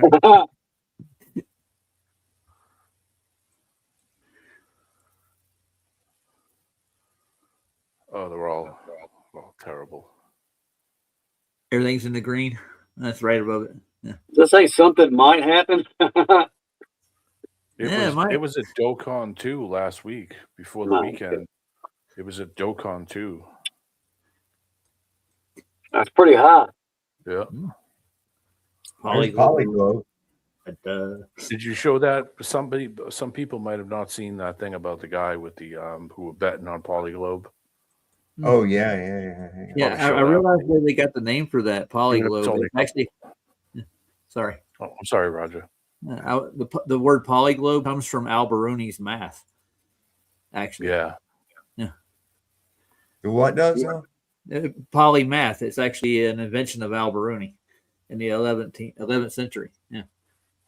They Poly is an interesting word. Yeah. No one's taking my call. Damn it. They're busy sucking dick. Filling in nuts. Holding the groin. Excuse me, is the entrance in the rear?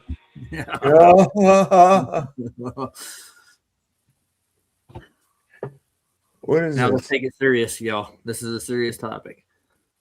Well, yeah, let's see if I can make that bigger. Yeah. Look at that. U.S. soldier, U.S. soldier charged with using Polymarket to bet on Nicolas Maduro's abduction. The suspect, 38-year-old Gannon Ken Van Dyke, allegedly made $400,000 from his insider knowledge of the Venezuela attack. Excuse me, I meant to puke. he made money off of this, is what happened. They love those fucking names, man. They love making up those fucked up names. I know, right? Yeah. So Commander Harry Balls. Like what? Raisin Cane. That one general's named Raisin Cane.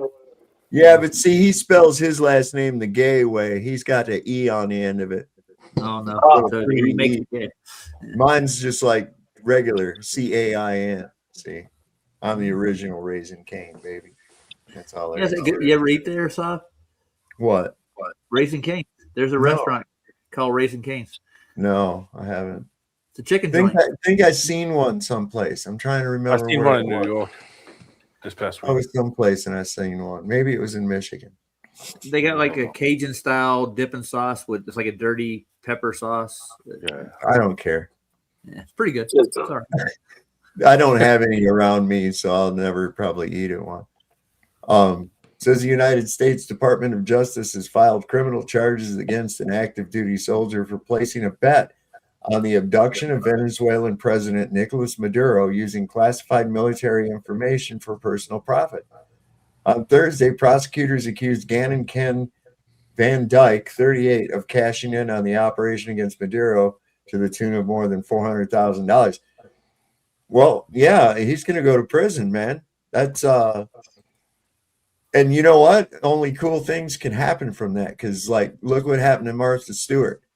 She got put in prison for insider trading for doing that exact same thing, right?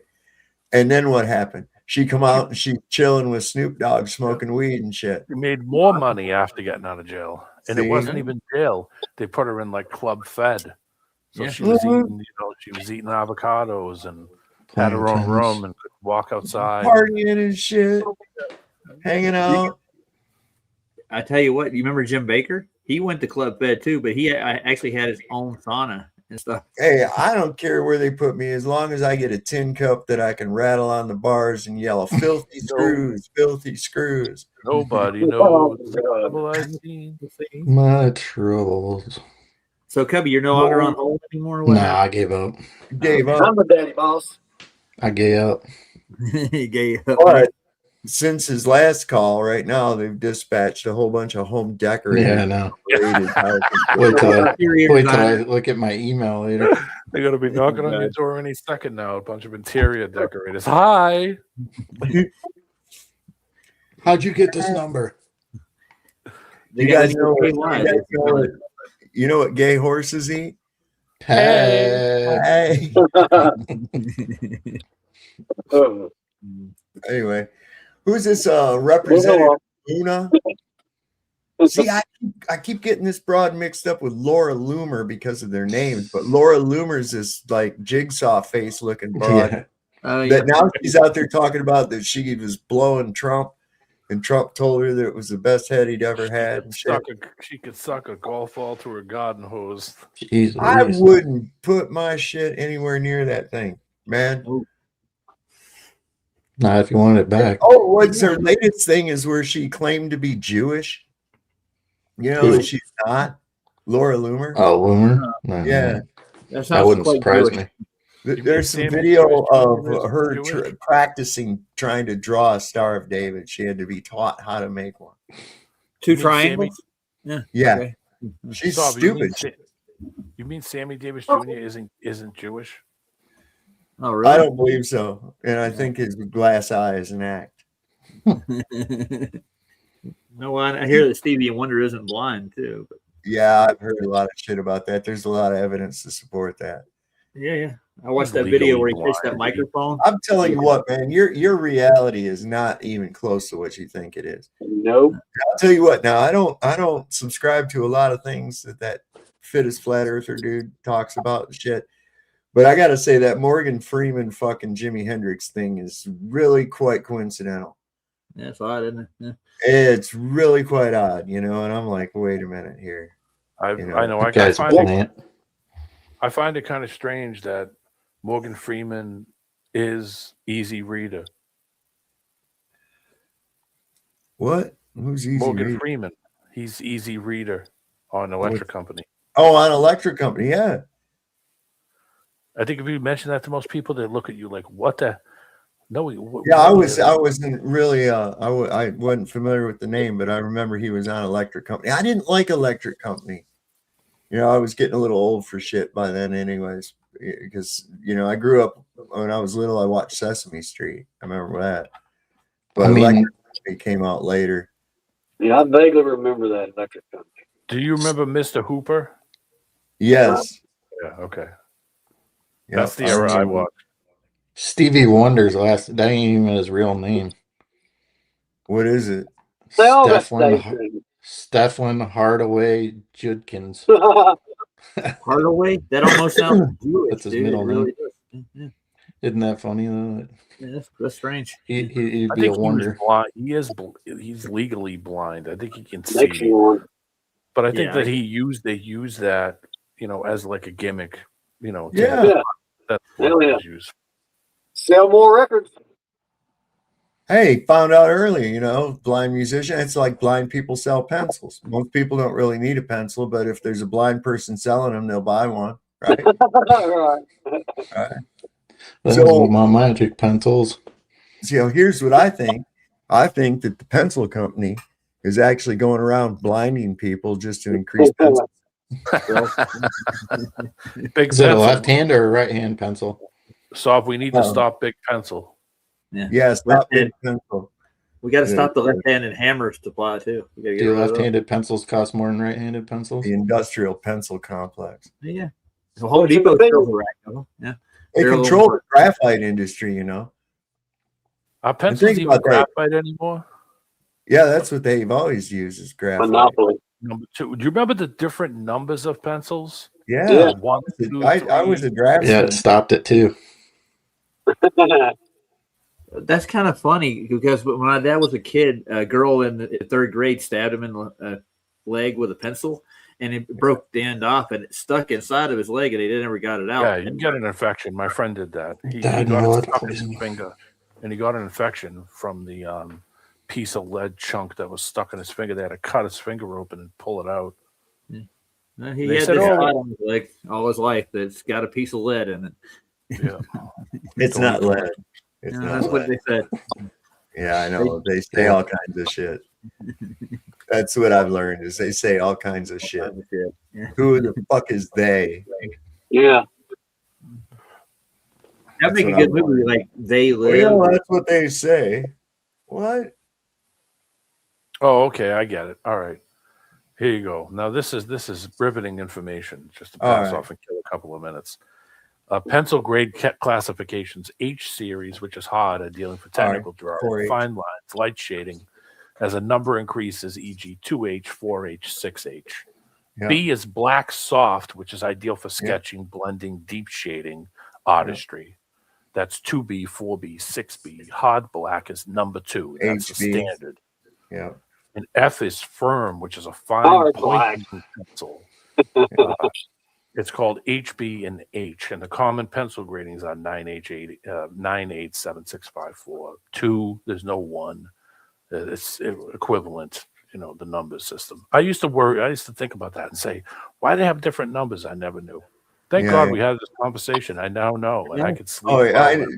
I was a draftsman. You can get the different leads for mechanical pencils too, and in I gotta- different widths. That brings up another question. Does like the charcoal that they use for art, do they have a rating for that too? Different. Probably. Then most likely. Yeah, SB.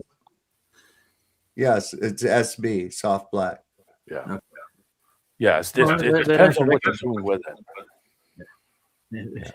A fine point would be, you know, for like writing, where a soft point would be for like shading and fill. I went to school with a girl who did art. You know, she did like on an easel with a thing, and she would go before she'd come to school. She would stop in the, you know, get out of the train station and go upstairs and pull all the cigarette butts out of all of the freaking, what do you call it, and put them in a Ziploc bag, and that's what she would use to do art, was cigarette butts. I almost fell out of the seat when she pulled the bag out, and it was like 50 butts in a bag. Oh my I was like, what the hell are you gonna do? And she like, how do you come up with, oh, I'll just use these old cigarette butts and I'll make art out of it. It's insane.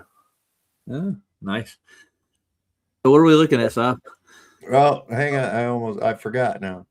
You like stiff blacks. Anyways, this girl's got a big butt. Look at that. Oh yeah, she does. No, this is what the fuck is her name? Anna Paulina Luma. Yeah, that's her name. All sound fake. And she's been talking to these survivors or whatever. The biggest thing that stands out to me is the victims themselves have stated that this is a lot bigger than I think anyone anticipated. We are obviously going to be requesting the SARS reports from Treasury, and also following up on that. There's some very rich and powerful people that need to go to jail. I think everyone's been frustrated as to why that hasn't happened before. But it is very much so a possibility that Jeffrey Epstein was an intelligence asset working for our adversaries. But also, too, I think the questions that we have is how much did our own government know about it? And so there's more to follow, and I'm sure you'll be hearing from the chairman momentarily. But I do applaud the victims from coming forward, because we heard from a woman who was as young as 14 years old when she was victimized multiple times by Jeffrey Epstein. So that's hard to hear. Will you sign the discharge petition, the massive discharge petition? I think that the files will probably be released prior. I don't know why Comer hasn't. I think that he should do it, so it wouldn't even have to come to a vote. But I mean, obviously, I've been a huge advocate, even when I was the only one in Congress calling for the release of this file. So I think I'd be happy to, yes. Thank you. What do they call for the victims? They want those files released? The victims want information to be out there, but they don't want their personal information, I think, for good reason to be out there. So I think from the get-go, even the Attorney General stated that there's victim information that you have to make sure that's private, being that some of the victims also, too, are as young as 14, that's child pornography. No, thank you, guys. Guys, let us through. Our government's in on it. Yeah, you do realize it. You do realize that that's the same woman that was wearing a bikini to get people to vote for Trump, right? Yeah. Yep. Oh yeah. Yes, he's in on it. Right. They're all fucking in on it. They'll do anything to keep this shit show running. Yeah.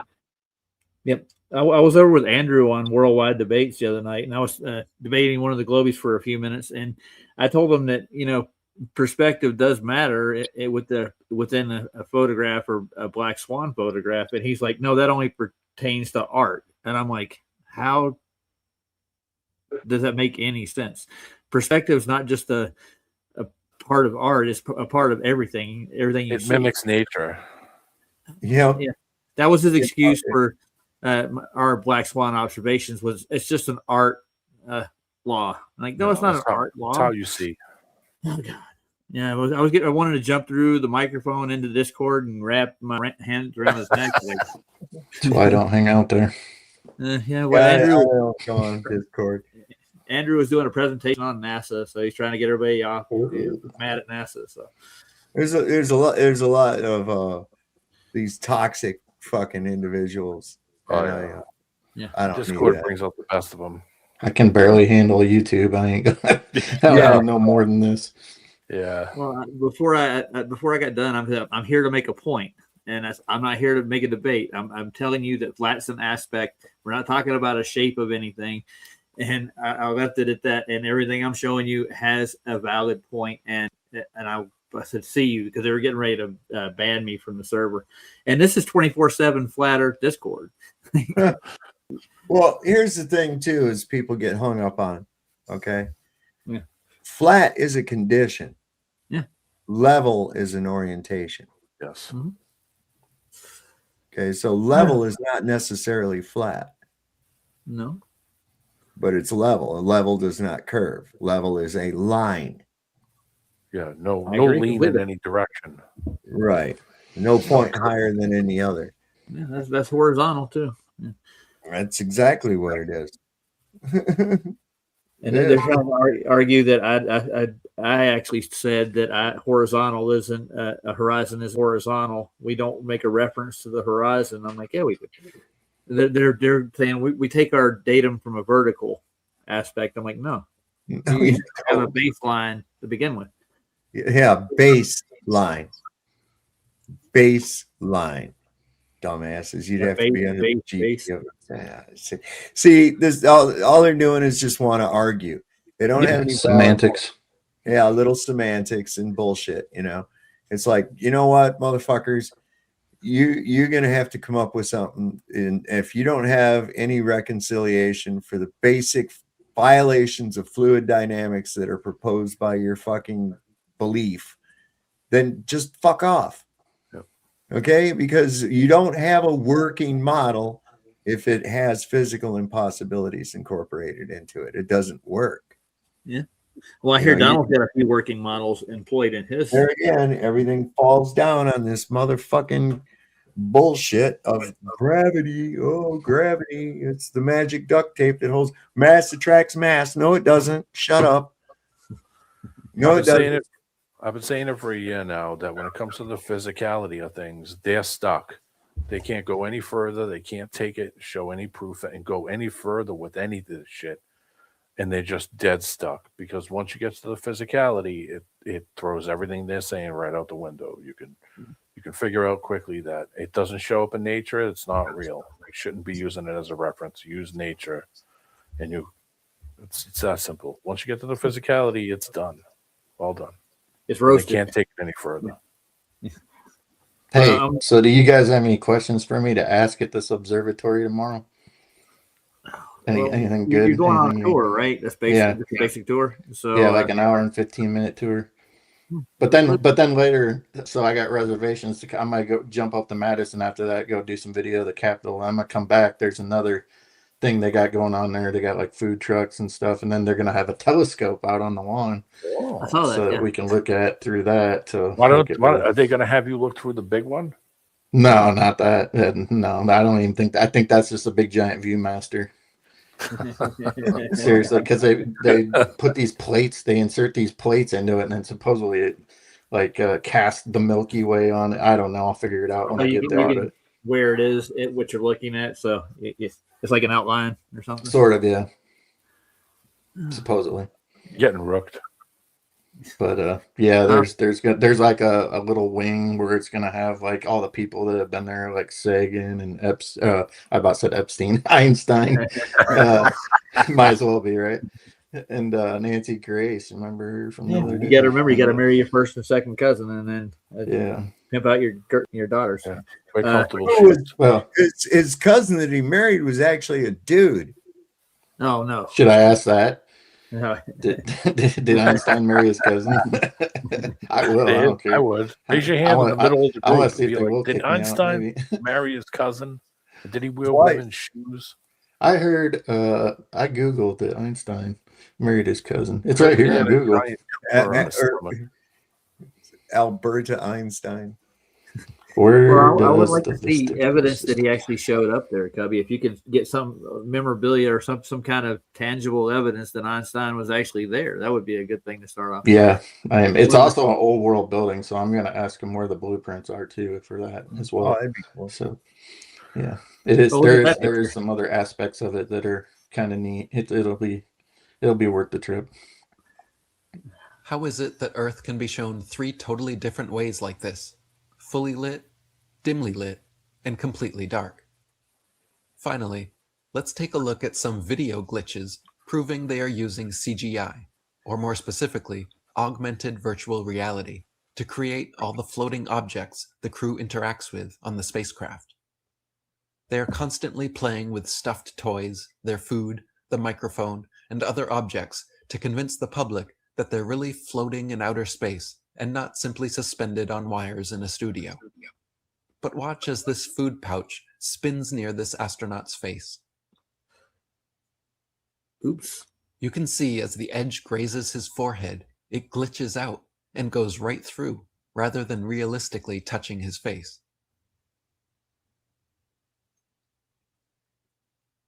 There is no change in direction of the pouch from hitting his head, and instead, it just continues floating right through, as if he wasn't there at all.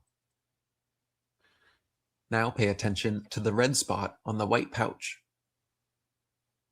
As the pouch spins around slowly, the red dot doesn't spin with the pouch. For several frames, you can see the red dot stay in exactly the same shape and space, not realistically moving and turning with the rest of the bag. Then, as the bag continues to turn, at one point, you can see the red dot just vanishes completely. For several turns, the bag continues spinning around, but the red dot is nowhere to be found. And then, finally, after some more turns, the red dot mysteriously and inexplicably reappears. This is because these are digital and not physical objects which they are interacting with, using a technology called augmented virtual reality. By wearing special VR contact lenses, you are able to see a digital overlay of pre-rendered interactable 3D objects within your physical 3D space. The objects do not exist in physical space, but are seen and interactable live in real time through the use of this technology. Remember, NASA takes over $70 million per day of American taxpayer money. A big-budget Hollywood movie like Gravity, starring Sandra Bullock, was filmed 100% on Earth, using nothing but wires, green screens, and CGI. That movie cost $100 million to make. That's NASA's budget for a day and a half. Imagine what kind of movie can be made with NASA's yearly budget of $24 billion. In fact, you don't have to imagine, because this entire Artemis II charade and everything else from NASA is exactly that. A big-budget Hollywood production made with the express purpose of disseminating this propaganda into the minds of the masses. The loyal NASA fanboy sycophants will try to make excuses and brush these impossible anomalies and wild discrepancies under the rug. But the more discerning amongst us are waking up. Oops. Hey guys, I think I'm out of jail because it's letting me click on my posts and stuff. So, and my channels are back on. It looks like. Welcome back. Nice. Thank God. I called him and told him you put Roger back on immediately, or else. I put a link in private chat for you for those VR contact lenses. That's the company that makes them. It took me about 15 seconds to find. Contact lenses for what? Yeah, Mojo Vision. The VR? That's the company that makes those VR contact lenses. Brenda paid your bail. Oh, thank you, Brenda. Now you have to go on a date with him. No, thank you. I could barely spend 2 hours talking to him online. That was enough debating that thing. 2 hours more than I talked to him. I wasn't planning on it. It just happened in the middle of a stream. I was covering John Levy and actually one of his whole world videos, and he popped on my stream and he started talking about circumnavigation, and I'm like, oh, so that's a good flat Earth proof, and we went into it. Circumcision. Yeah, circumcision. I mean, where do you keep the foreskin? NDP took off. He said he's got to get up early for fight a pancake breakfast tomorrow. Who does? NDB said he's got to get up. He had to go. He said he had to get up early for the firefighter pancake breakfast tomorrow. Oh boy! Is he going to bring me some of them? Go inside and tell that bitch to make me some blueberry pancakes. That's right, damn. I want some fresh squeezed maple syrup to go on top of them too. I like maple syrup. Like boysenberry. Like how she. I know how to make it. Maple syrup. Maple syrup takes 10 gallons of syrup of sap to make 1 gallon of syrup. Holy crap! I could send you guys some maple syrup. Actually, they're starting to pull the stuff out of the trees right now. Oh yeah, So yeah. maybe I'll buy some in a few weeks when that stuff starts, and I'll contact you guys and I'll send you some I've bought the authentic fresh stuff, man. It's New Hampshire expensive. maple syrup. Yeah.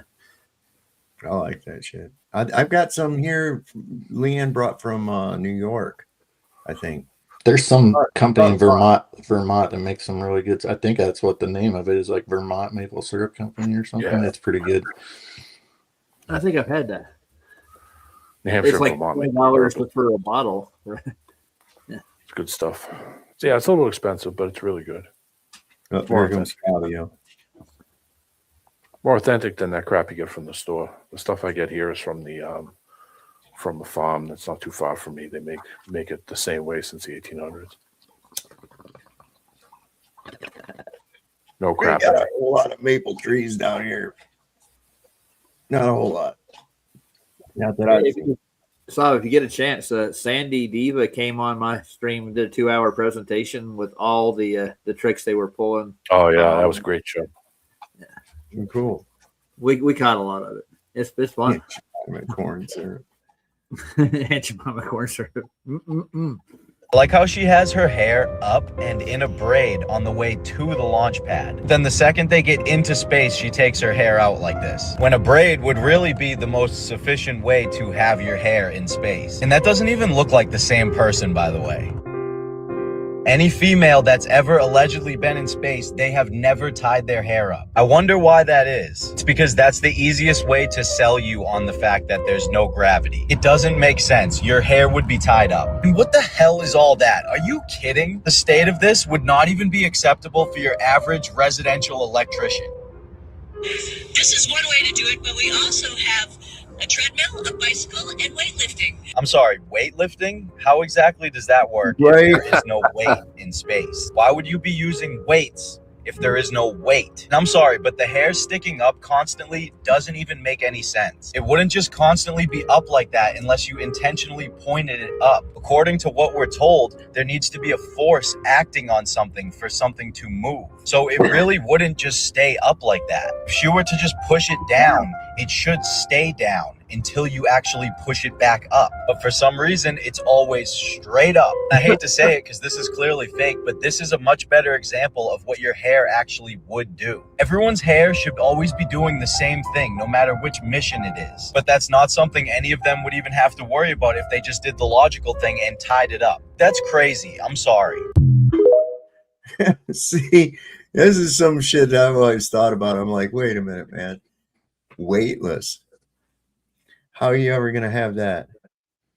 I don't think you Like can. you're just constantly in free fall? Wait a second.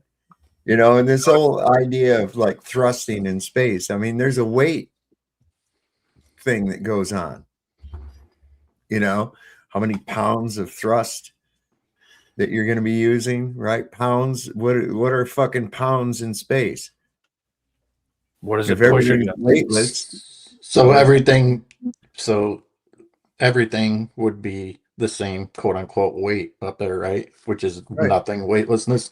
So like when they toss something small, it looks like it's going faster, where you could essentially just push a human body, push one of them, it should go the same speed, right? Yeah.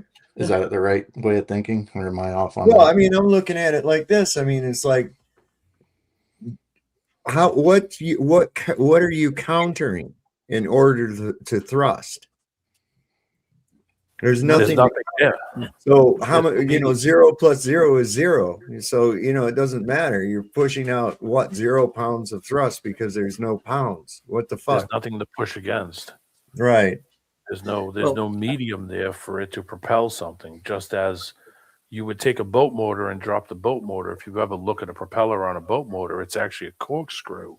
It's actually like a Archimedes screw.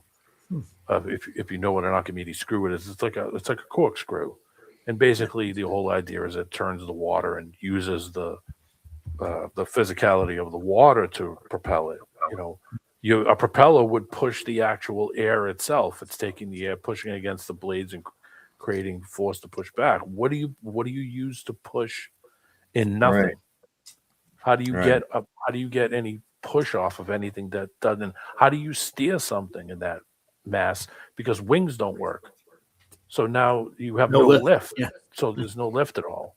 And I've talked about this for a while, and people just seem to think that there's this magical force. I said, there's nothing to push against. Doesn't work.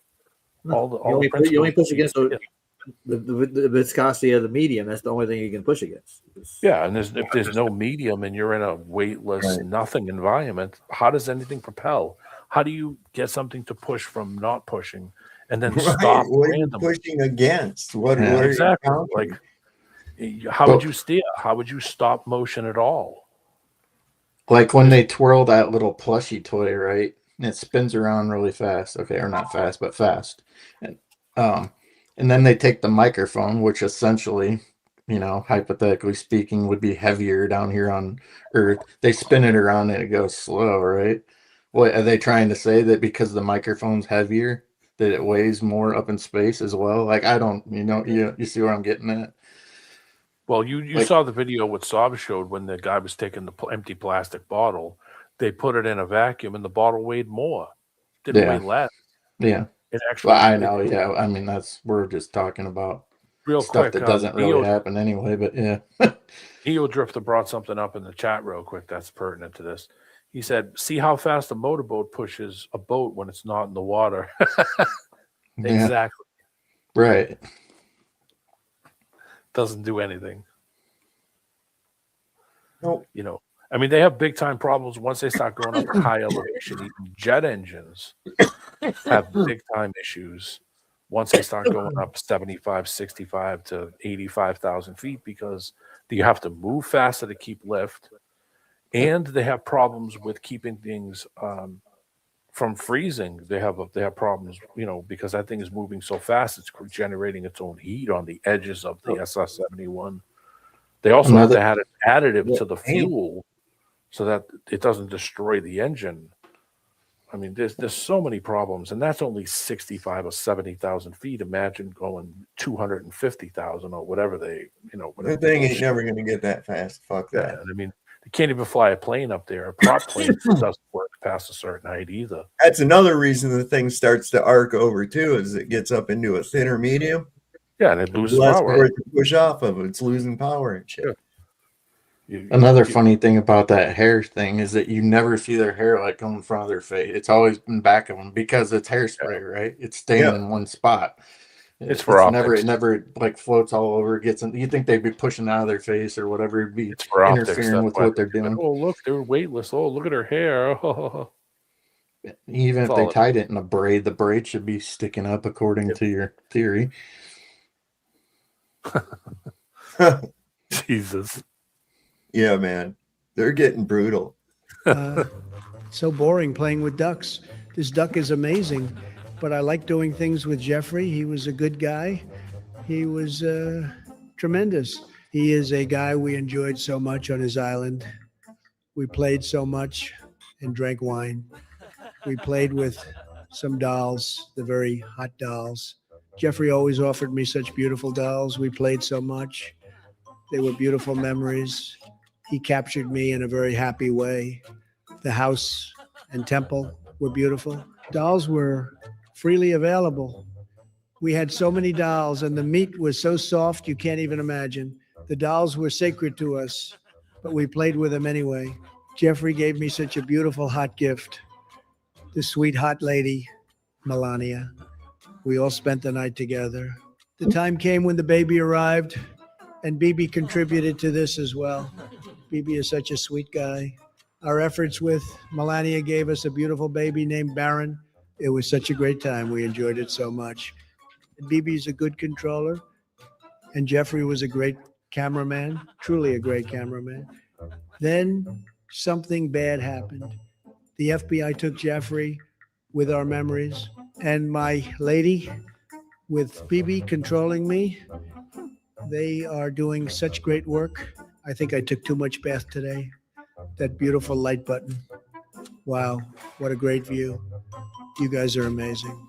Keep sleeping. More of your colleagues are coming from Iran. Bye. My office looks great. America's great heroes are everywhere. Now I think Bibi is calling. Bibi is asking for an attack on Iran, and he needs a few $1 billion to burn some dolls. I told him I am sending it. But Bibi is such a sweet guy. Thanks to Bibi, he is such a great controller.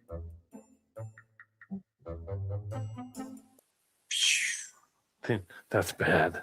The EU gave Ukraine a bunch of money today. $80 billion today. I approved it today. They what now? The European Union gave Ukraine $80 billion this morning. They ain't got no money to give. Yeah. So that'll continue on. That mess will continue on. The coup that we funded. Oh, this was crazy yesterday. Oh, who's that? Look at that. Oh, shit. Comes in with audio problems right off. What? Thought I heard. So, Andrew, how's the biscuit business? Is it not doing very well. Are they going to be distributing to local Dollar Trees and Dollar Generals? Or? No, my biscuit factory. I got a whole bunch of people from Somalia keep fucking stealing my stuff. So what happened in Discord after I left the other night? I left pretty much after you did, so I don't know. Yeah, they didn't really have any rebuttals for me. The same old crap. Yeah, they're not there to learn. They're there to argue about the same fucking thing. It's Discord. Yeah. Well, no, there are very valuable points that are going to be made in some cases, but it's not going to necessarily be about fucking NASA and fake space and shit. Some people bring up stuff about just, general politics and medicine and stuff like that, and just, engineering in general. And that's where people tend to get along, and there's no arguing involved. It's just like, it's not even semantical. It's just like, hey, I've learned some stuff. I've taught some people some stuff. But as soon as you start bringing up stuff that's like super emotionally, like they're bought into it. And as soon as you tell someone that you're bought in, they shut the fuck up really fast because they know it. Well, I'll give you a heads up right quick. Wesley and friends are going to come after you with electrical questions. They say you have a claim of 4 different. Well, I can't remember what it was about Ohm's law. They were like, there's like 3 different principles in the law. I think that, but you said there were 4 or something. So they got questions for you. They're trying to discredit you. Tell them to go shit in their hat. Who are they to discredit anybody? They're just fucking little hyenas on the goddamn internet. Fuck them. Yeah, they are of no consequence to the world. No, they're not. Okay, so that one dude, Deplorable, I think his name is. Yep. He's like, you're not an electrician. I'm like, I teach at a fucking trade school. I'm a journeyman. I have a degree in electronics. Like, no, you don't. Show it. Prove it. I'm not gonna. Like, That's what they're for. That's what they do. You fell for it. Yeah. You fell for it. Oh, no, you're not an electrician. Oh, okay. No, well, what I told Deplorable is I'm going to embarrass the living shit out of him live, and it's going to be recorded. What's his real name, anyways? I don't even know. He won't show his real face. Of course not. That's his whole job. It's there to get you riled up so that you'll have to defend yourself and everything else. It's like, who the fuck are you? Kiss my ass. Yeah, well, he wants my journeyman's license number. Well, tell him he can get it from sucking it out of your fucking hairy starfish, It's like, guess what else I have a license of? A driver's license. I'm not going to give you my fucking driver's license number either. You're just looking for and who the fuck are you? Why do I got to prove anything to you, dickhead? Yeah, and if Wesley comes after me, who the fuck are you that I got to prove anything to? Well, Wesley, I will say, is an electrical engineer. I tell Wesley the same thing. Look, you little childish fucking hyena. I ain't got to prove fucking shit to you. Who are you? Some inconsequential little fucktard. I ain't got to even talk to you. Fuck off. Well, no, I did quiz him at the beginning because I gave him a fairly difficult question, and he sort of answered it. But at that point, I quizzed him a little bit more. And at that point, I was like, all right. And then he showed me his resume and shit. And I was like, all right, that's fine. I don't have any reason to disbelieve him. And even though I flat out told him, I was like, I don't like you, and you don't like me. He's like, no, I like you. Why would you ever say that? I'm like, well, I'm telling you, I don't like you. And yeah, because he's a laughing little fucking hyena that Yeah, thinks I he's don't always like right. him. Really? You can't. Once you start seeing their little tactics and shit, and he's just a fucking shit heel anyways. What the fuck is he doing? Why is he on Discord and on the YouTube and shit all day, fucking every day? He's supposedly some important whatever the fuck he does, right? He says he's a So him, forensics electrician. so him and the other guy, whatever that is. what's the other guy's name? I forgot. His little Deplorable. Deplorable.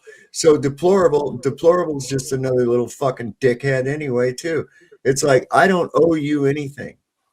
Okay. Yeah. I don't give a fuck if you believe that I'm an electrician or whether you believe I'm the motherfucking Wizard of Oz. I don't give a shit one way or the other what the fuck you got to say.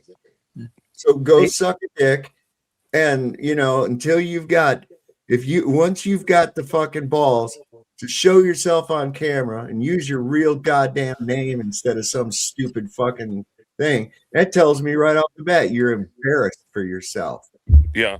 You wouldn't do like that. Come on. Well, what I ended up doing was copying and pasting it to a Word document, every single thing he said to me, and then I blocked him and reported him to Discord for harassment. There you go. Horrible. And but yeah, I'm gonna bring it up, and they're not gonna embarrass me. I hope it fucking happens. But here's the biggest thing, the biggest take I've gotten from most of this is that these toxic fucks aren't worth talking to. Now, if you've got ideas and everything, all this, you prove this, or I'm going to slam you, or that, blah, blah, how about go suck a fucking donkey dick? All right. How about you do that? You want to have a discussion? That's fine. But if you're going to come at it with this sophomoric adversarial fucking tone, I don't even want you around me, man. Just fuck off. Yeah, that's pretty much what I'm going to be doing, and that's it's gonna. I told him I'll do it. I don't debate, but I will do a formal debate with you, and I will embarrass you, and you are going to eat your own fucking words, and you'll probably quit Discord after that because you're a fucking idiot. And after that, I want nothing to do with you. Right. Just remember that the time you spend with these people is time you're never going to get back to where you could have done something productive with your life. All right. So Andrew, did Deplorable ever tell you what he does for a living? I don't know. I'm assuming he's a gay stripper. What? It probably is. What does that solve? What does that solve? There's millions of engineers and people that want to cut. Like, I don't know. He claims he's in satellites. He works for ESA. What does that prove? Situation. Hold up. What a sad situation where your whole definement is of your slave trade. Yeah. I don't believe he does that though. That's what I'm going at.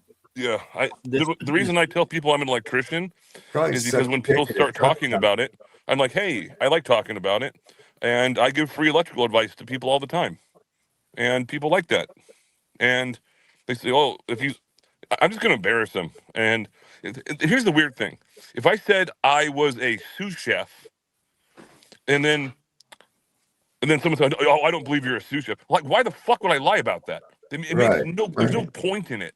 Or I'm a truck driver, but I'm not a truck driver. It's like, what? Okay, so you don't and they just say I don't believe you are, and leave it at that. Okay, all right. You've given no reason, and I don't really give a fuck what you believe, because I know what is. That's the way I deal with that fucking shit. I'm like, it's one thing for you to give advice to somebody who's receptive of it, but what is it when you give it to people who aren't going to be receptive at all, and they're just wasting your time? That's like I said, that's time you're never getting back, where you could be productive doing something else. That's the way I see it, But yeah, and yeah, you guys are right. But when someone says, "Hey, Andrew, I'm having this one problem, like this one light switch won't work anymore, or this one light won't work anymore, like what's going on? Like, what can I do to solve it?" And then I'll tell them how to problem solve it. And it's like, I mean, that makes sense. And it's like usually like check the follow bulb. But trying to prove what you do to these idiots online, that's a waste of time in my Yeah, and then sometimes people will ask me, Crumb, you know, Chris Crumb. Yeah. Yeah, he was wanting to install a backup generator with a transfer switch, and I told him, well, you're gonna need a power inlet for that. And then he showed me his panel and all that. And I was like, yeah, you're gonna have to penetrate through the wall. You're gonna have to know how to I gave him all the parts and everything, and that was one thing. And then at that point, he's like, no, I'm not gonna do it. But no, you don't want to be backfeeding if the power goes out to the people that are trying to work on it. Well, that's what a blocking diode is used for. Right, yeah. Which you install in, which are usually pre-installed into a mini transfer switch. Yeah, and then, but if some Joe Blow tries doing it, that could be a problem. And then Troubling Tribune, his wife Jessica, they were going. She was going through having to move. Now they bought this thing called a mini house, which is basically like two sheds that are like stacked on top of each other. It's like 900 square feet, pretty good size. And she asked me, like, if I could do some load calculations for her and where receptacles are going to go, and like, she drew me a little plan on it, and I did the entire load calculation for her and parts and everything, and it came out to a certain amount of money, and then she's like, oh yeah, it's going to be solar powered, and I said, oh, with a battery backup, and well, it's not battery, it's not battery backup, it's batteries. It's called a standalone system. Versus a grid tie or a hybrid. Anyways, I did that for her for free. Nice. So yeah, that's why I like being an electrician, because I like helping people. Sure. I don't try to gloat about it. Well, and here's the thing too, like I say, when they come on there and they've got some kind of a stupid fucked up name, instead of just being themselves, and they won't come on the camera, and that's all they want to do is just behind a keyboard all the fucking time. No, I ain't got nothing to have to fucking prove to you. Especially if you're going to come at me in a sophomoric adversarial way. I don't need that. Dave, I don't think you're a fucking carpenter. I don't give a fuck. I know. That's the point, right? Hey, get in line. My whole point was that all they have against any of us is ad hom for the most part. Yeah, that's all they do. They tax a man. They try to get you to defend, always to defend, and it's like, no, motherfucker, you're the one that needs to defend, not me. Well, Saab, are you going to be that way? Really, Saab? Really? Yeah, that's the way you're going to be. Okay. Yeah. Here's something creepy about it too, because he lives in the UK, and he never told me what he did. I never even asked. I don't give a shit. You made a point to tell me. So I'm assuming gay stripper, or at least like he's a fucking, a lot lizard or something. But he's like, well, you're not going to tell me your license number? I said, fuck no. He's like, well, maybe I'll just call up the DIR and find out. Oh, okay. And go for it. The DIR is in California specifically. It's called the Department of Industrial Relations. How the fuck would he know that? There you go. Someone had to tell him. Andrew, David Koresh said you need to start a wiring channel. That would be productive. There you go. Nice. Oh, yeah, I'm gonna do that for my class on Discord. So if people want, it'll only be for students though. Gotcha. We got to sign up with a program. Oh, damn it. No, but I'll live record one of my fucking classes. As a matter of fact, they already are live recorded. Wait a second, huh? 4 days a week, live recorded. 2 of them online, 2 of them in person. I don't need any proof. Yeah, I mean, I don't give a shit. I don't care either way. I'm just going to embarrass him, and that's going to be the fucking end of it. Ow, man! Ow! Fucking So Charlie anyways. horse. Charlie horse in the back of my leg. Whoa! Wait, who is this dude right here? Wow, this guy. Oh, it's the Iranian guy, man. Iran's supreme leader has reportedly forbidden negotiations with the United States, conflicting numerous reports we've seen all day, claiming there was going to be a major breakthrough in negotiations. This is according to Raja News. Additionally, the foreign minister is not going to meet with Kushner and Witkoff in Pakistan. This comes after the White House has claimed Iran reached out and asked for an in-person meeting. Fars news agency is also disputing the United States claims calling them false and accusing Western media of trying to sway Iranian decision-making. They said the Axios news outlet, citing anonymous American sources, claimed that 2 Trump advisors will hold talks with the foreign minister in Islamabad. CNN previously reported that officials would only engage in talks with mediating parties, and direct negotiations between Iranians and Americans are not expected. In recent days, Western media have repeatedly published false and biased news in an attempt to influence the course of decisions made by Iranian officials. This is either market manipulation, or maybe the Trump administration is lying on purpose so these negotiations fall apart and they have a reason to keep attacking Iran. They're still increasing shit over in that region. There's a whole let me see if I can find it. Yeah, they're not drawing down. They're only increasing. They're putting shit in the region.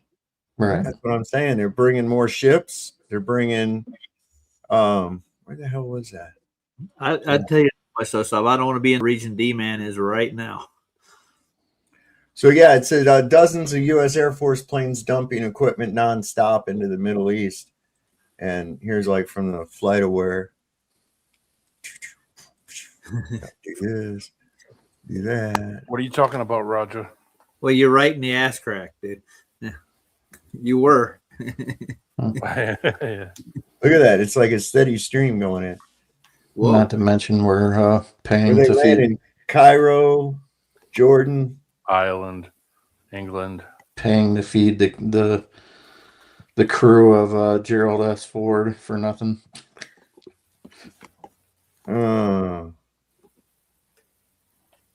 Great job, guys.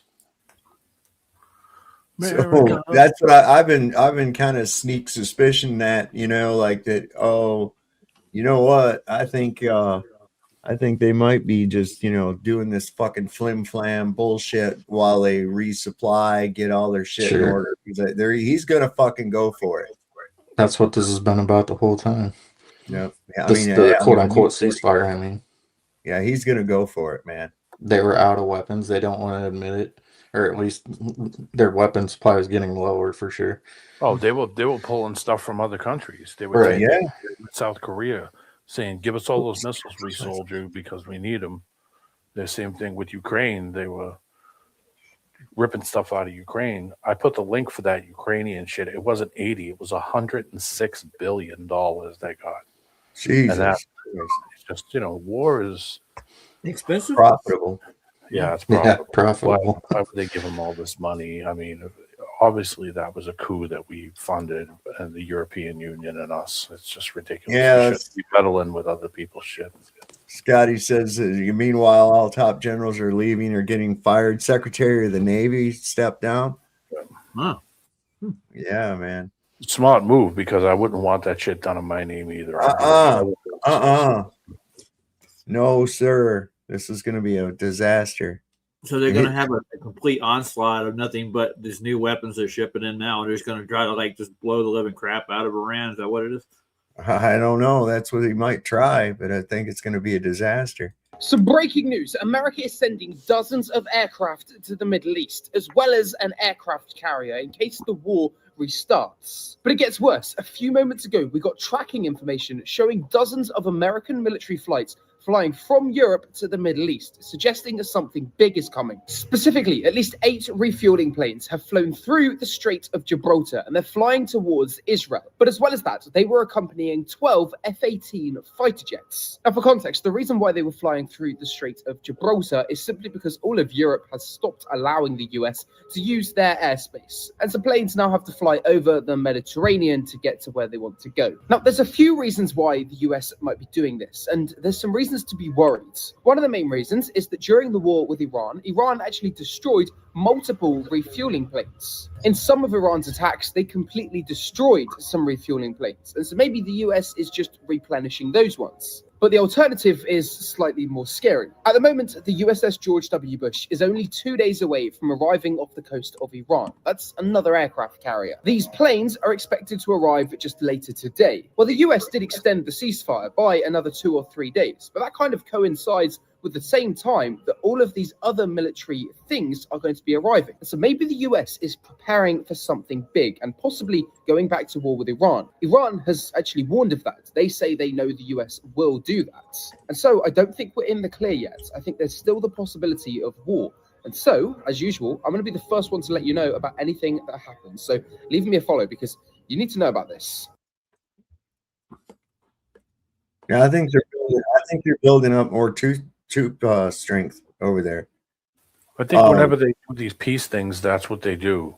They say, "Oh no, we'll have a ceasefire," and then they just bring more weapons there. Yeah, that's what they did in Vietnam, dude. My dad told me what- several ceasefires they had over there. What happens after it? Boom, something big. That's why I said it'd be stupid for Iran to let this quote unquote ceasefire even take place, but whatever.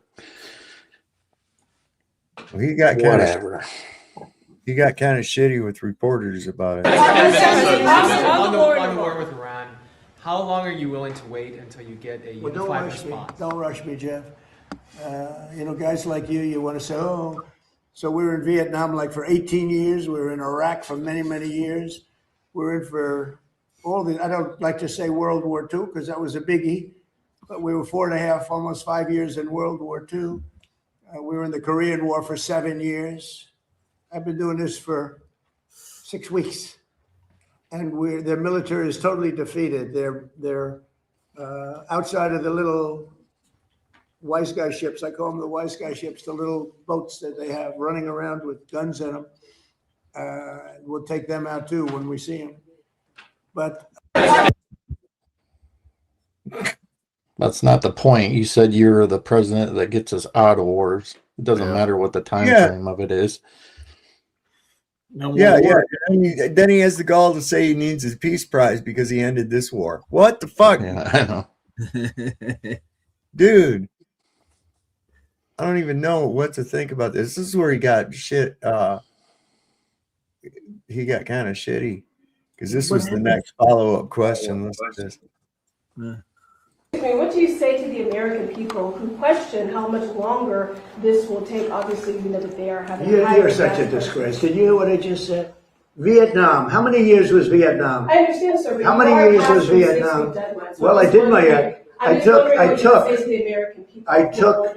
the country out militarily in the first 4 weeks.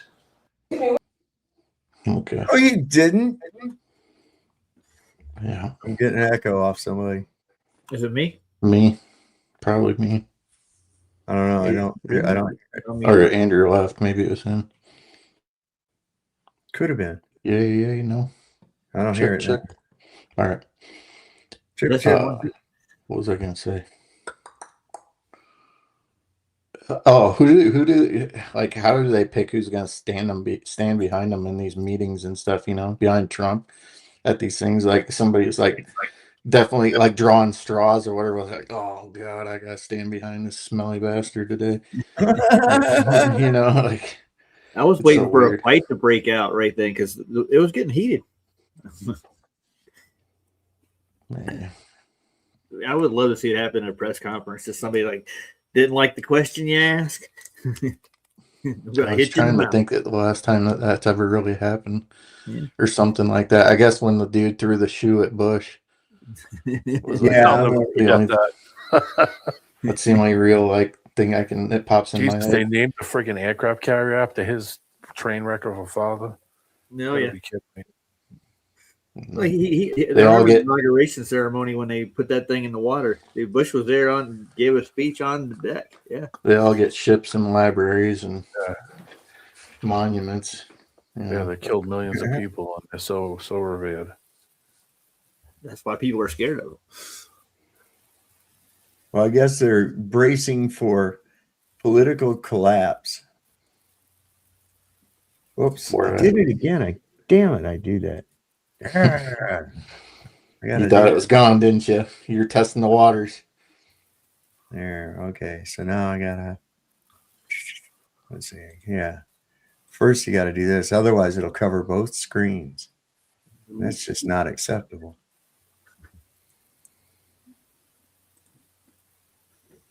We have big news right now. The White House is bracing for complete political collapse. Polling right now, internally and externally, has never been so bad for the president, and really hasn't been this bad for a president in modern American history. Not since pre-Carter times have you seen polling this bad. On the economy and on other issues, Donald Trump is completely underwater.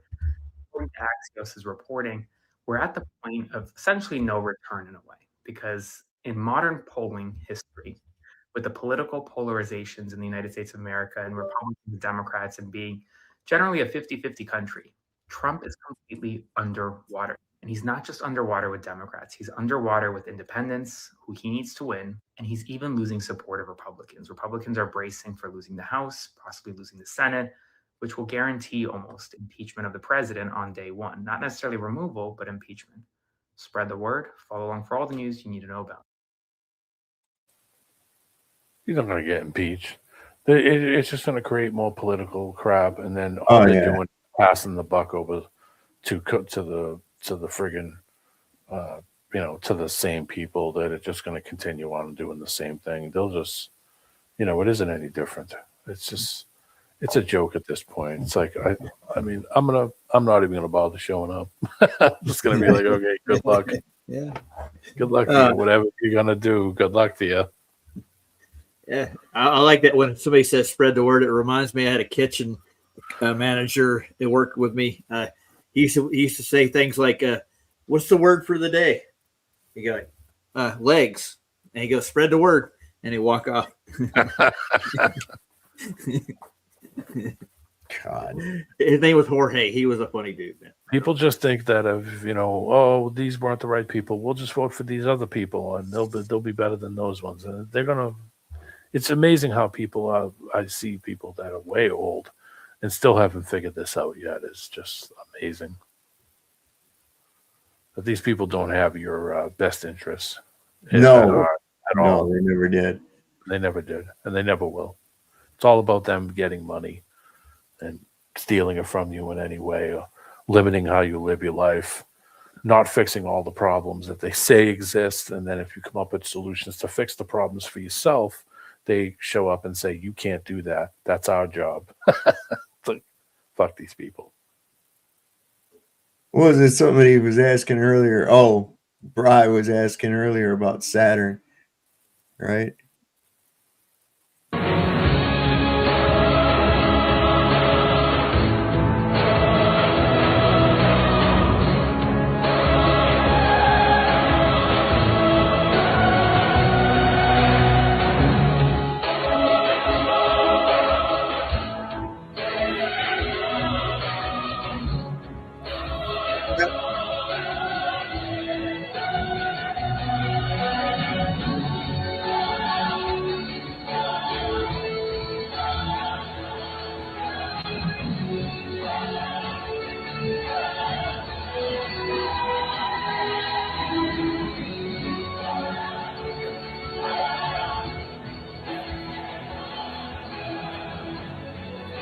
I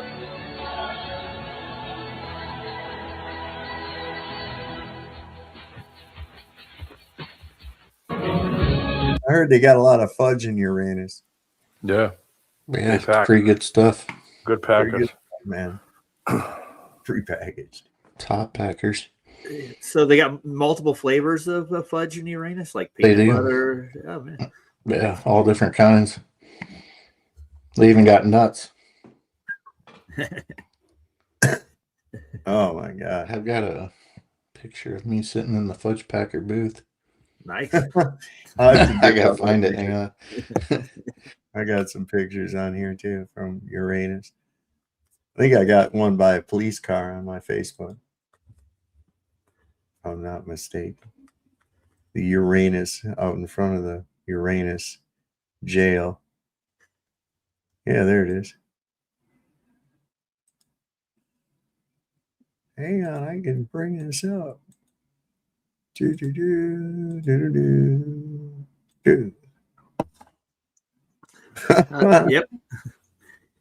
I like the hat, Sob. I like it. That's a nice. But you like a cowboy there. I still wear it. Not to work and shit though. I don't You got think I put that on here. You got a sidearm there, sir? No, not at that point. Well, it was in the Jeep. I know it was there. Just because you can't. But I'm coming up on the 3-hour mark here. I was about to leave too. The food crisis isn't coming, it's already here. 70% of U.S. farmers can't afford fertilizer for 2026, and the damage is set. I mean, shortages haven't hit yet, but they're about to. At the same time, food, fertilizer, and energy facilities are spontaneously combusting across the earth. Yeah, this could be some bad shit, so keep your eyes open. We're gonna die. We're all gonna die. Never let a good crisis go to waste, sir. That's right, man. Never let a good crisis go Not away. yet. So yeah, we're doing piracy on the high seas. We're stealing ships. Lord knows. I just wish we could go like a day or two with just being fucking normal for once. You know, every day is some kind of fucking clown bullshit with this character and this whole fucking thing, man. What the hell? Why do we have this? I don't even understand. Number one fudge packer. There you go, right there.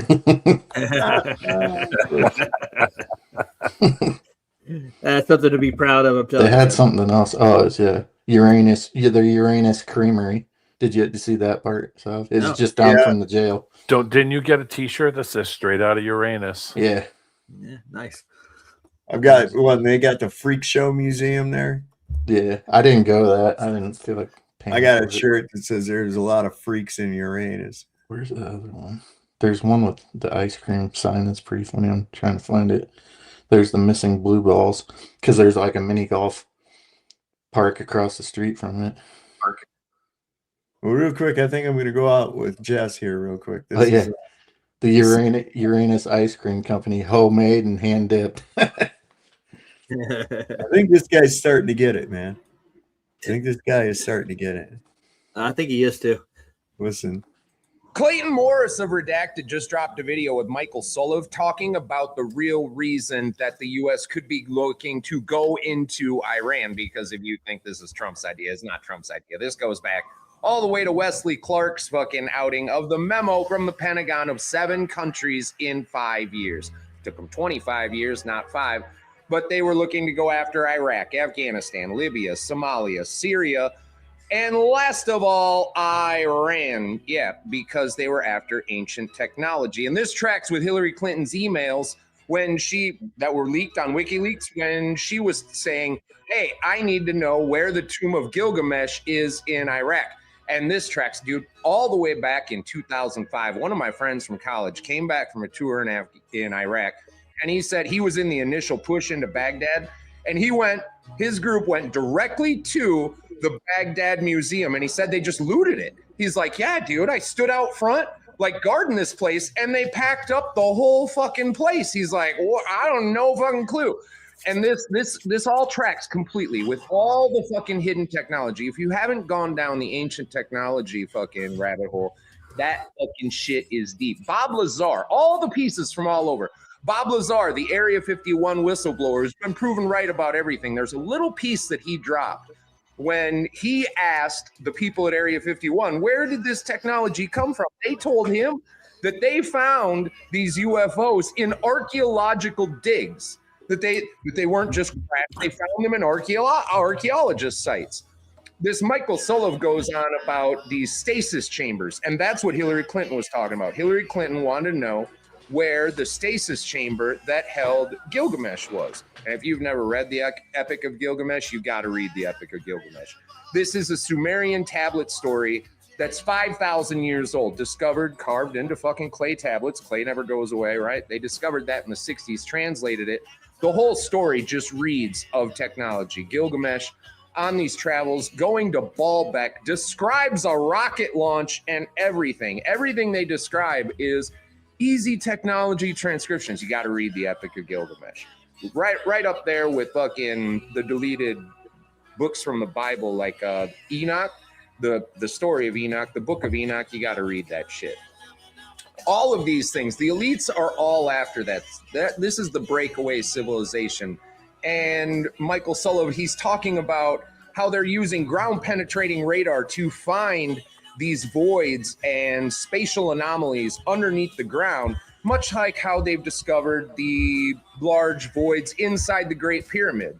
But he says these sarcophagi, right? And these sarcophagi, they're also like what's found in the pyramid. There have never been a mummy found in any of these large granite stone sarcophagus like what's in the pyramid. No mummy has ever been found in any pyramid. And the most highly detailed and perfectly shaped sarcophagus, giant granite stone boxes, can be found in the Serapeum. The Serapeum is an underground chamber that they found in Egypt with stone boxes so big that we could not move them and we can't make them now. They say they're for bulls, except they never found any bulls in them. They never found fuck all in these boxes, right? But they are clearly some form of ancient technology. All of these ancient cultures that used megalithic stuff. And he's talking about portals. This ties to the now 15 missing scientists, including the David Wilcock. David Wilcock, he got suicided, right? He's tied in there with the 15 missing scientists because he was talking about this same technology, the portals. The Inca talked about portals. They would carve these fake stone doorways into large, specifically granite walls, cliffs, pieces of fucking work. And there's even stories from back in the day of people who accidentally activated those doorways in the ancient Inca sites and disappeared through them and were never seen from again. You got to go watch this guy's episode. If you want to go down the deepest, darkest rabbit holes, go check out Clayton Morris's video from Redacted. He just dropped it on YouTube. I'll throw the link down here in the comments. But it's completely likely that this whole fucking shit show is more related to something like that, because the plan to fucking invade Iran, it's older than 25 years ago, right? But it was put out into the public, this plan to invade all of these countries, even way back then. And they've stolen numerous artifacts from Iraq and Afghanistan. That shit was looted up like a motherfucker. He even talks about how one of the U.S. military bases in Iraq was built directly over where they thought they had located the tomb of Gilgamesh. This world is nothing of what you think it is, right? Like all the missing scientists, they're all connected to anti-gravity tech, plasma technology, and portals. Sam Altman is talking about portals. Like, these motherfuckers, these corrupt motherfuckers, they hide everything of what this world really is. They lie to you about all of history. Like, history is a complete fucking bullshit. Civilization does not travel in a gradual fucking ramp up. It is peaks and valleys. Civilizations come, they fall. Do you know how many times we have lost the technology of flushing toilets just in the last 2,000 years? Like, plenty of times. The Romans had indoor running plumbing. They had showers with hot water. And then they lost it, and everybody went back to shitting in fucking ditches for 1,000 years. This happens regularly throughout human history, where we acquire technology and then we piss it all away because we like to fucking start wars and fight with each other over abject bullshit. And the elites know better. Like, it's like, oh, I don't believe that. Well, guess what, motherfucker? Hillary Clinton believes that shit. These people that are in power, they believe this shit. The ancients didn't go to all this work to write down these stories because that was a lot of effort. And a lot of effort went into carving down stories thousands and thousands of years ago. And it's not just because they were like making it up just for the fun of it. No, all that shit tracks together. So go get yourself down a fucking rabbit hole. Learn yourself about the Epic of Gilgamesh, and God only knows what could be buried under the sands of Iran. Iran has been populated for 8,000 years. It is a natural fortress citadel. It has repelled many, many great nations, and people are like, oh no, fucking Alexander the Great conquered Persia. Alexander conquered Persia and Iran by never entering Iran. Alexander the Great was such a masterful fucking military tactician. He actually lured them out of Iran and then fought them in the plains of Iraq, because no one has ever fucking managed to get an army over the fucking mountains of Iran. And it's never going to happen. It's never going to fucking happen. Some ground should never be contested, and some wars should never be fought. In a war with Iran, that is one of them, as they have shown us over the course of the last 8 weeks. So good luck to us all, and let's hope these fucking evil globalist fucks don't get their hands on some fucking ancient technology to do Lord knows what, like time travel. Like, what are they going to do? Hopefully time is more linear like they say it is, but maybe that's what the Mandela effect is. Some people say you can't go back and affect time from the past, like time just won't allow it, like these things can't happen. Then you have the divergent fucking timelines theory, right? Like fucking Back to the Future, like where you can skew off into an alternate timeline. Who the fuck knows? Who the fuck knows? Because these motherfuckers won't be honest with us about it, right? They just won't tell us the truth. So there you go. That's what I know about that shit. And it's the best I can explain to you in 9 minutes. So good luck at the bottom of that rabbit hole. Have some fun. Long live the Republic. Yeah, there's a lot of shit about that. What they went in there and took a bunch of shit out of the Baghdad Museum. Yep. It's pretty crazy. I don't know. It destroyed a lot of stuff too. That's what all these wars are about. Destroying the past. Learn your true history is going to be an impossible task, and they make sure of that. So, yeah. So they can rewrite history. Yeah.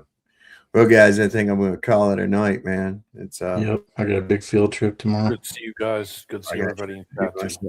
Yep. Thanks we'll for be coming. watching your field trip, Cubby. Yeah. If I don't get live, I'll have video one way or another. Yeah. We'll look for it. I don't know what the reception's going to be like, so we'll see. We'll be working around here tomorrow. I know that. I got some shit I got to get done.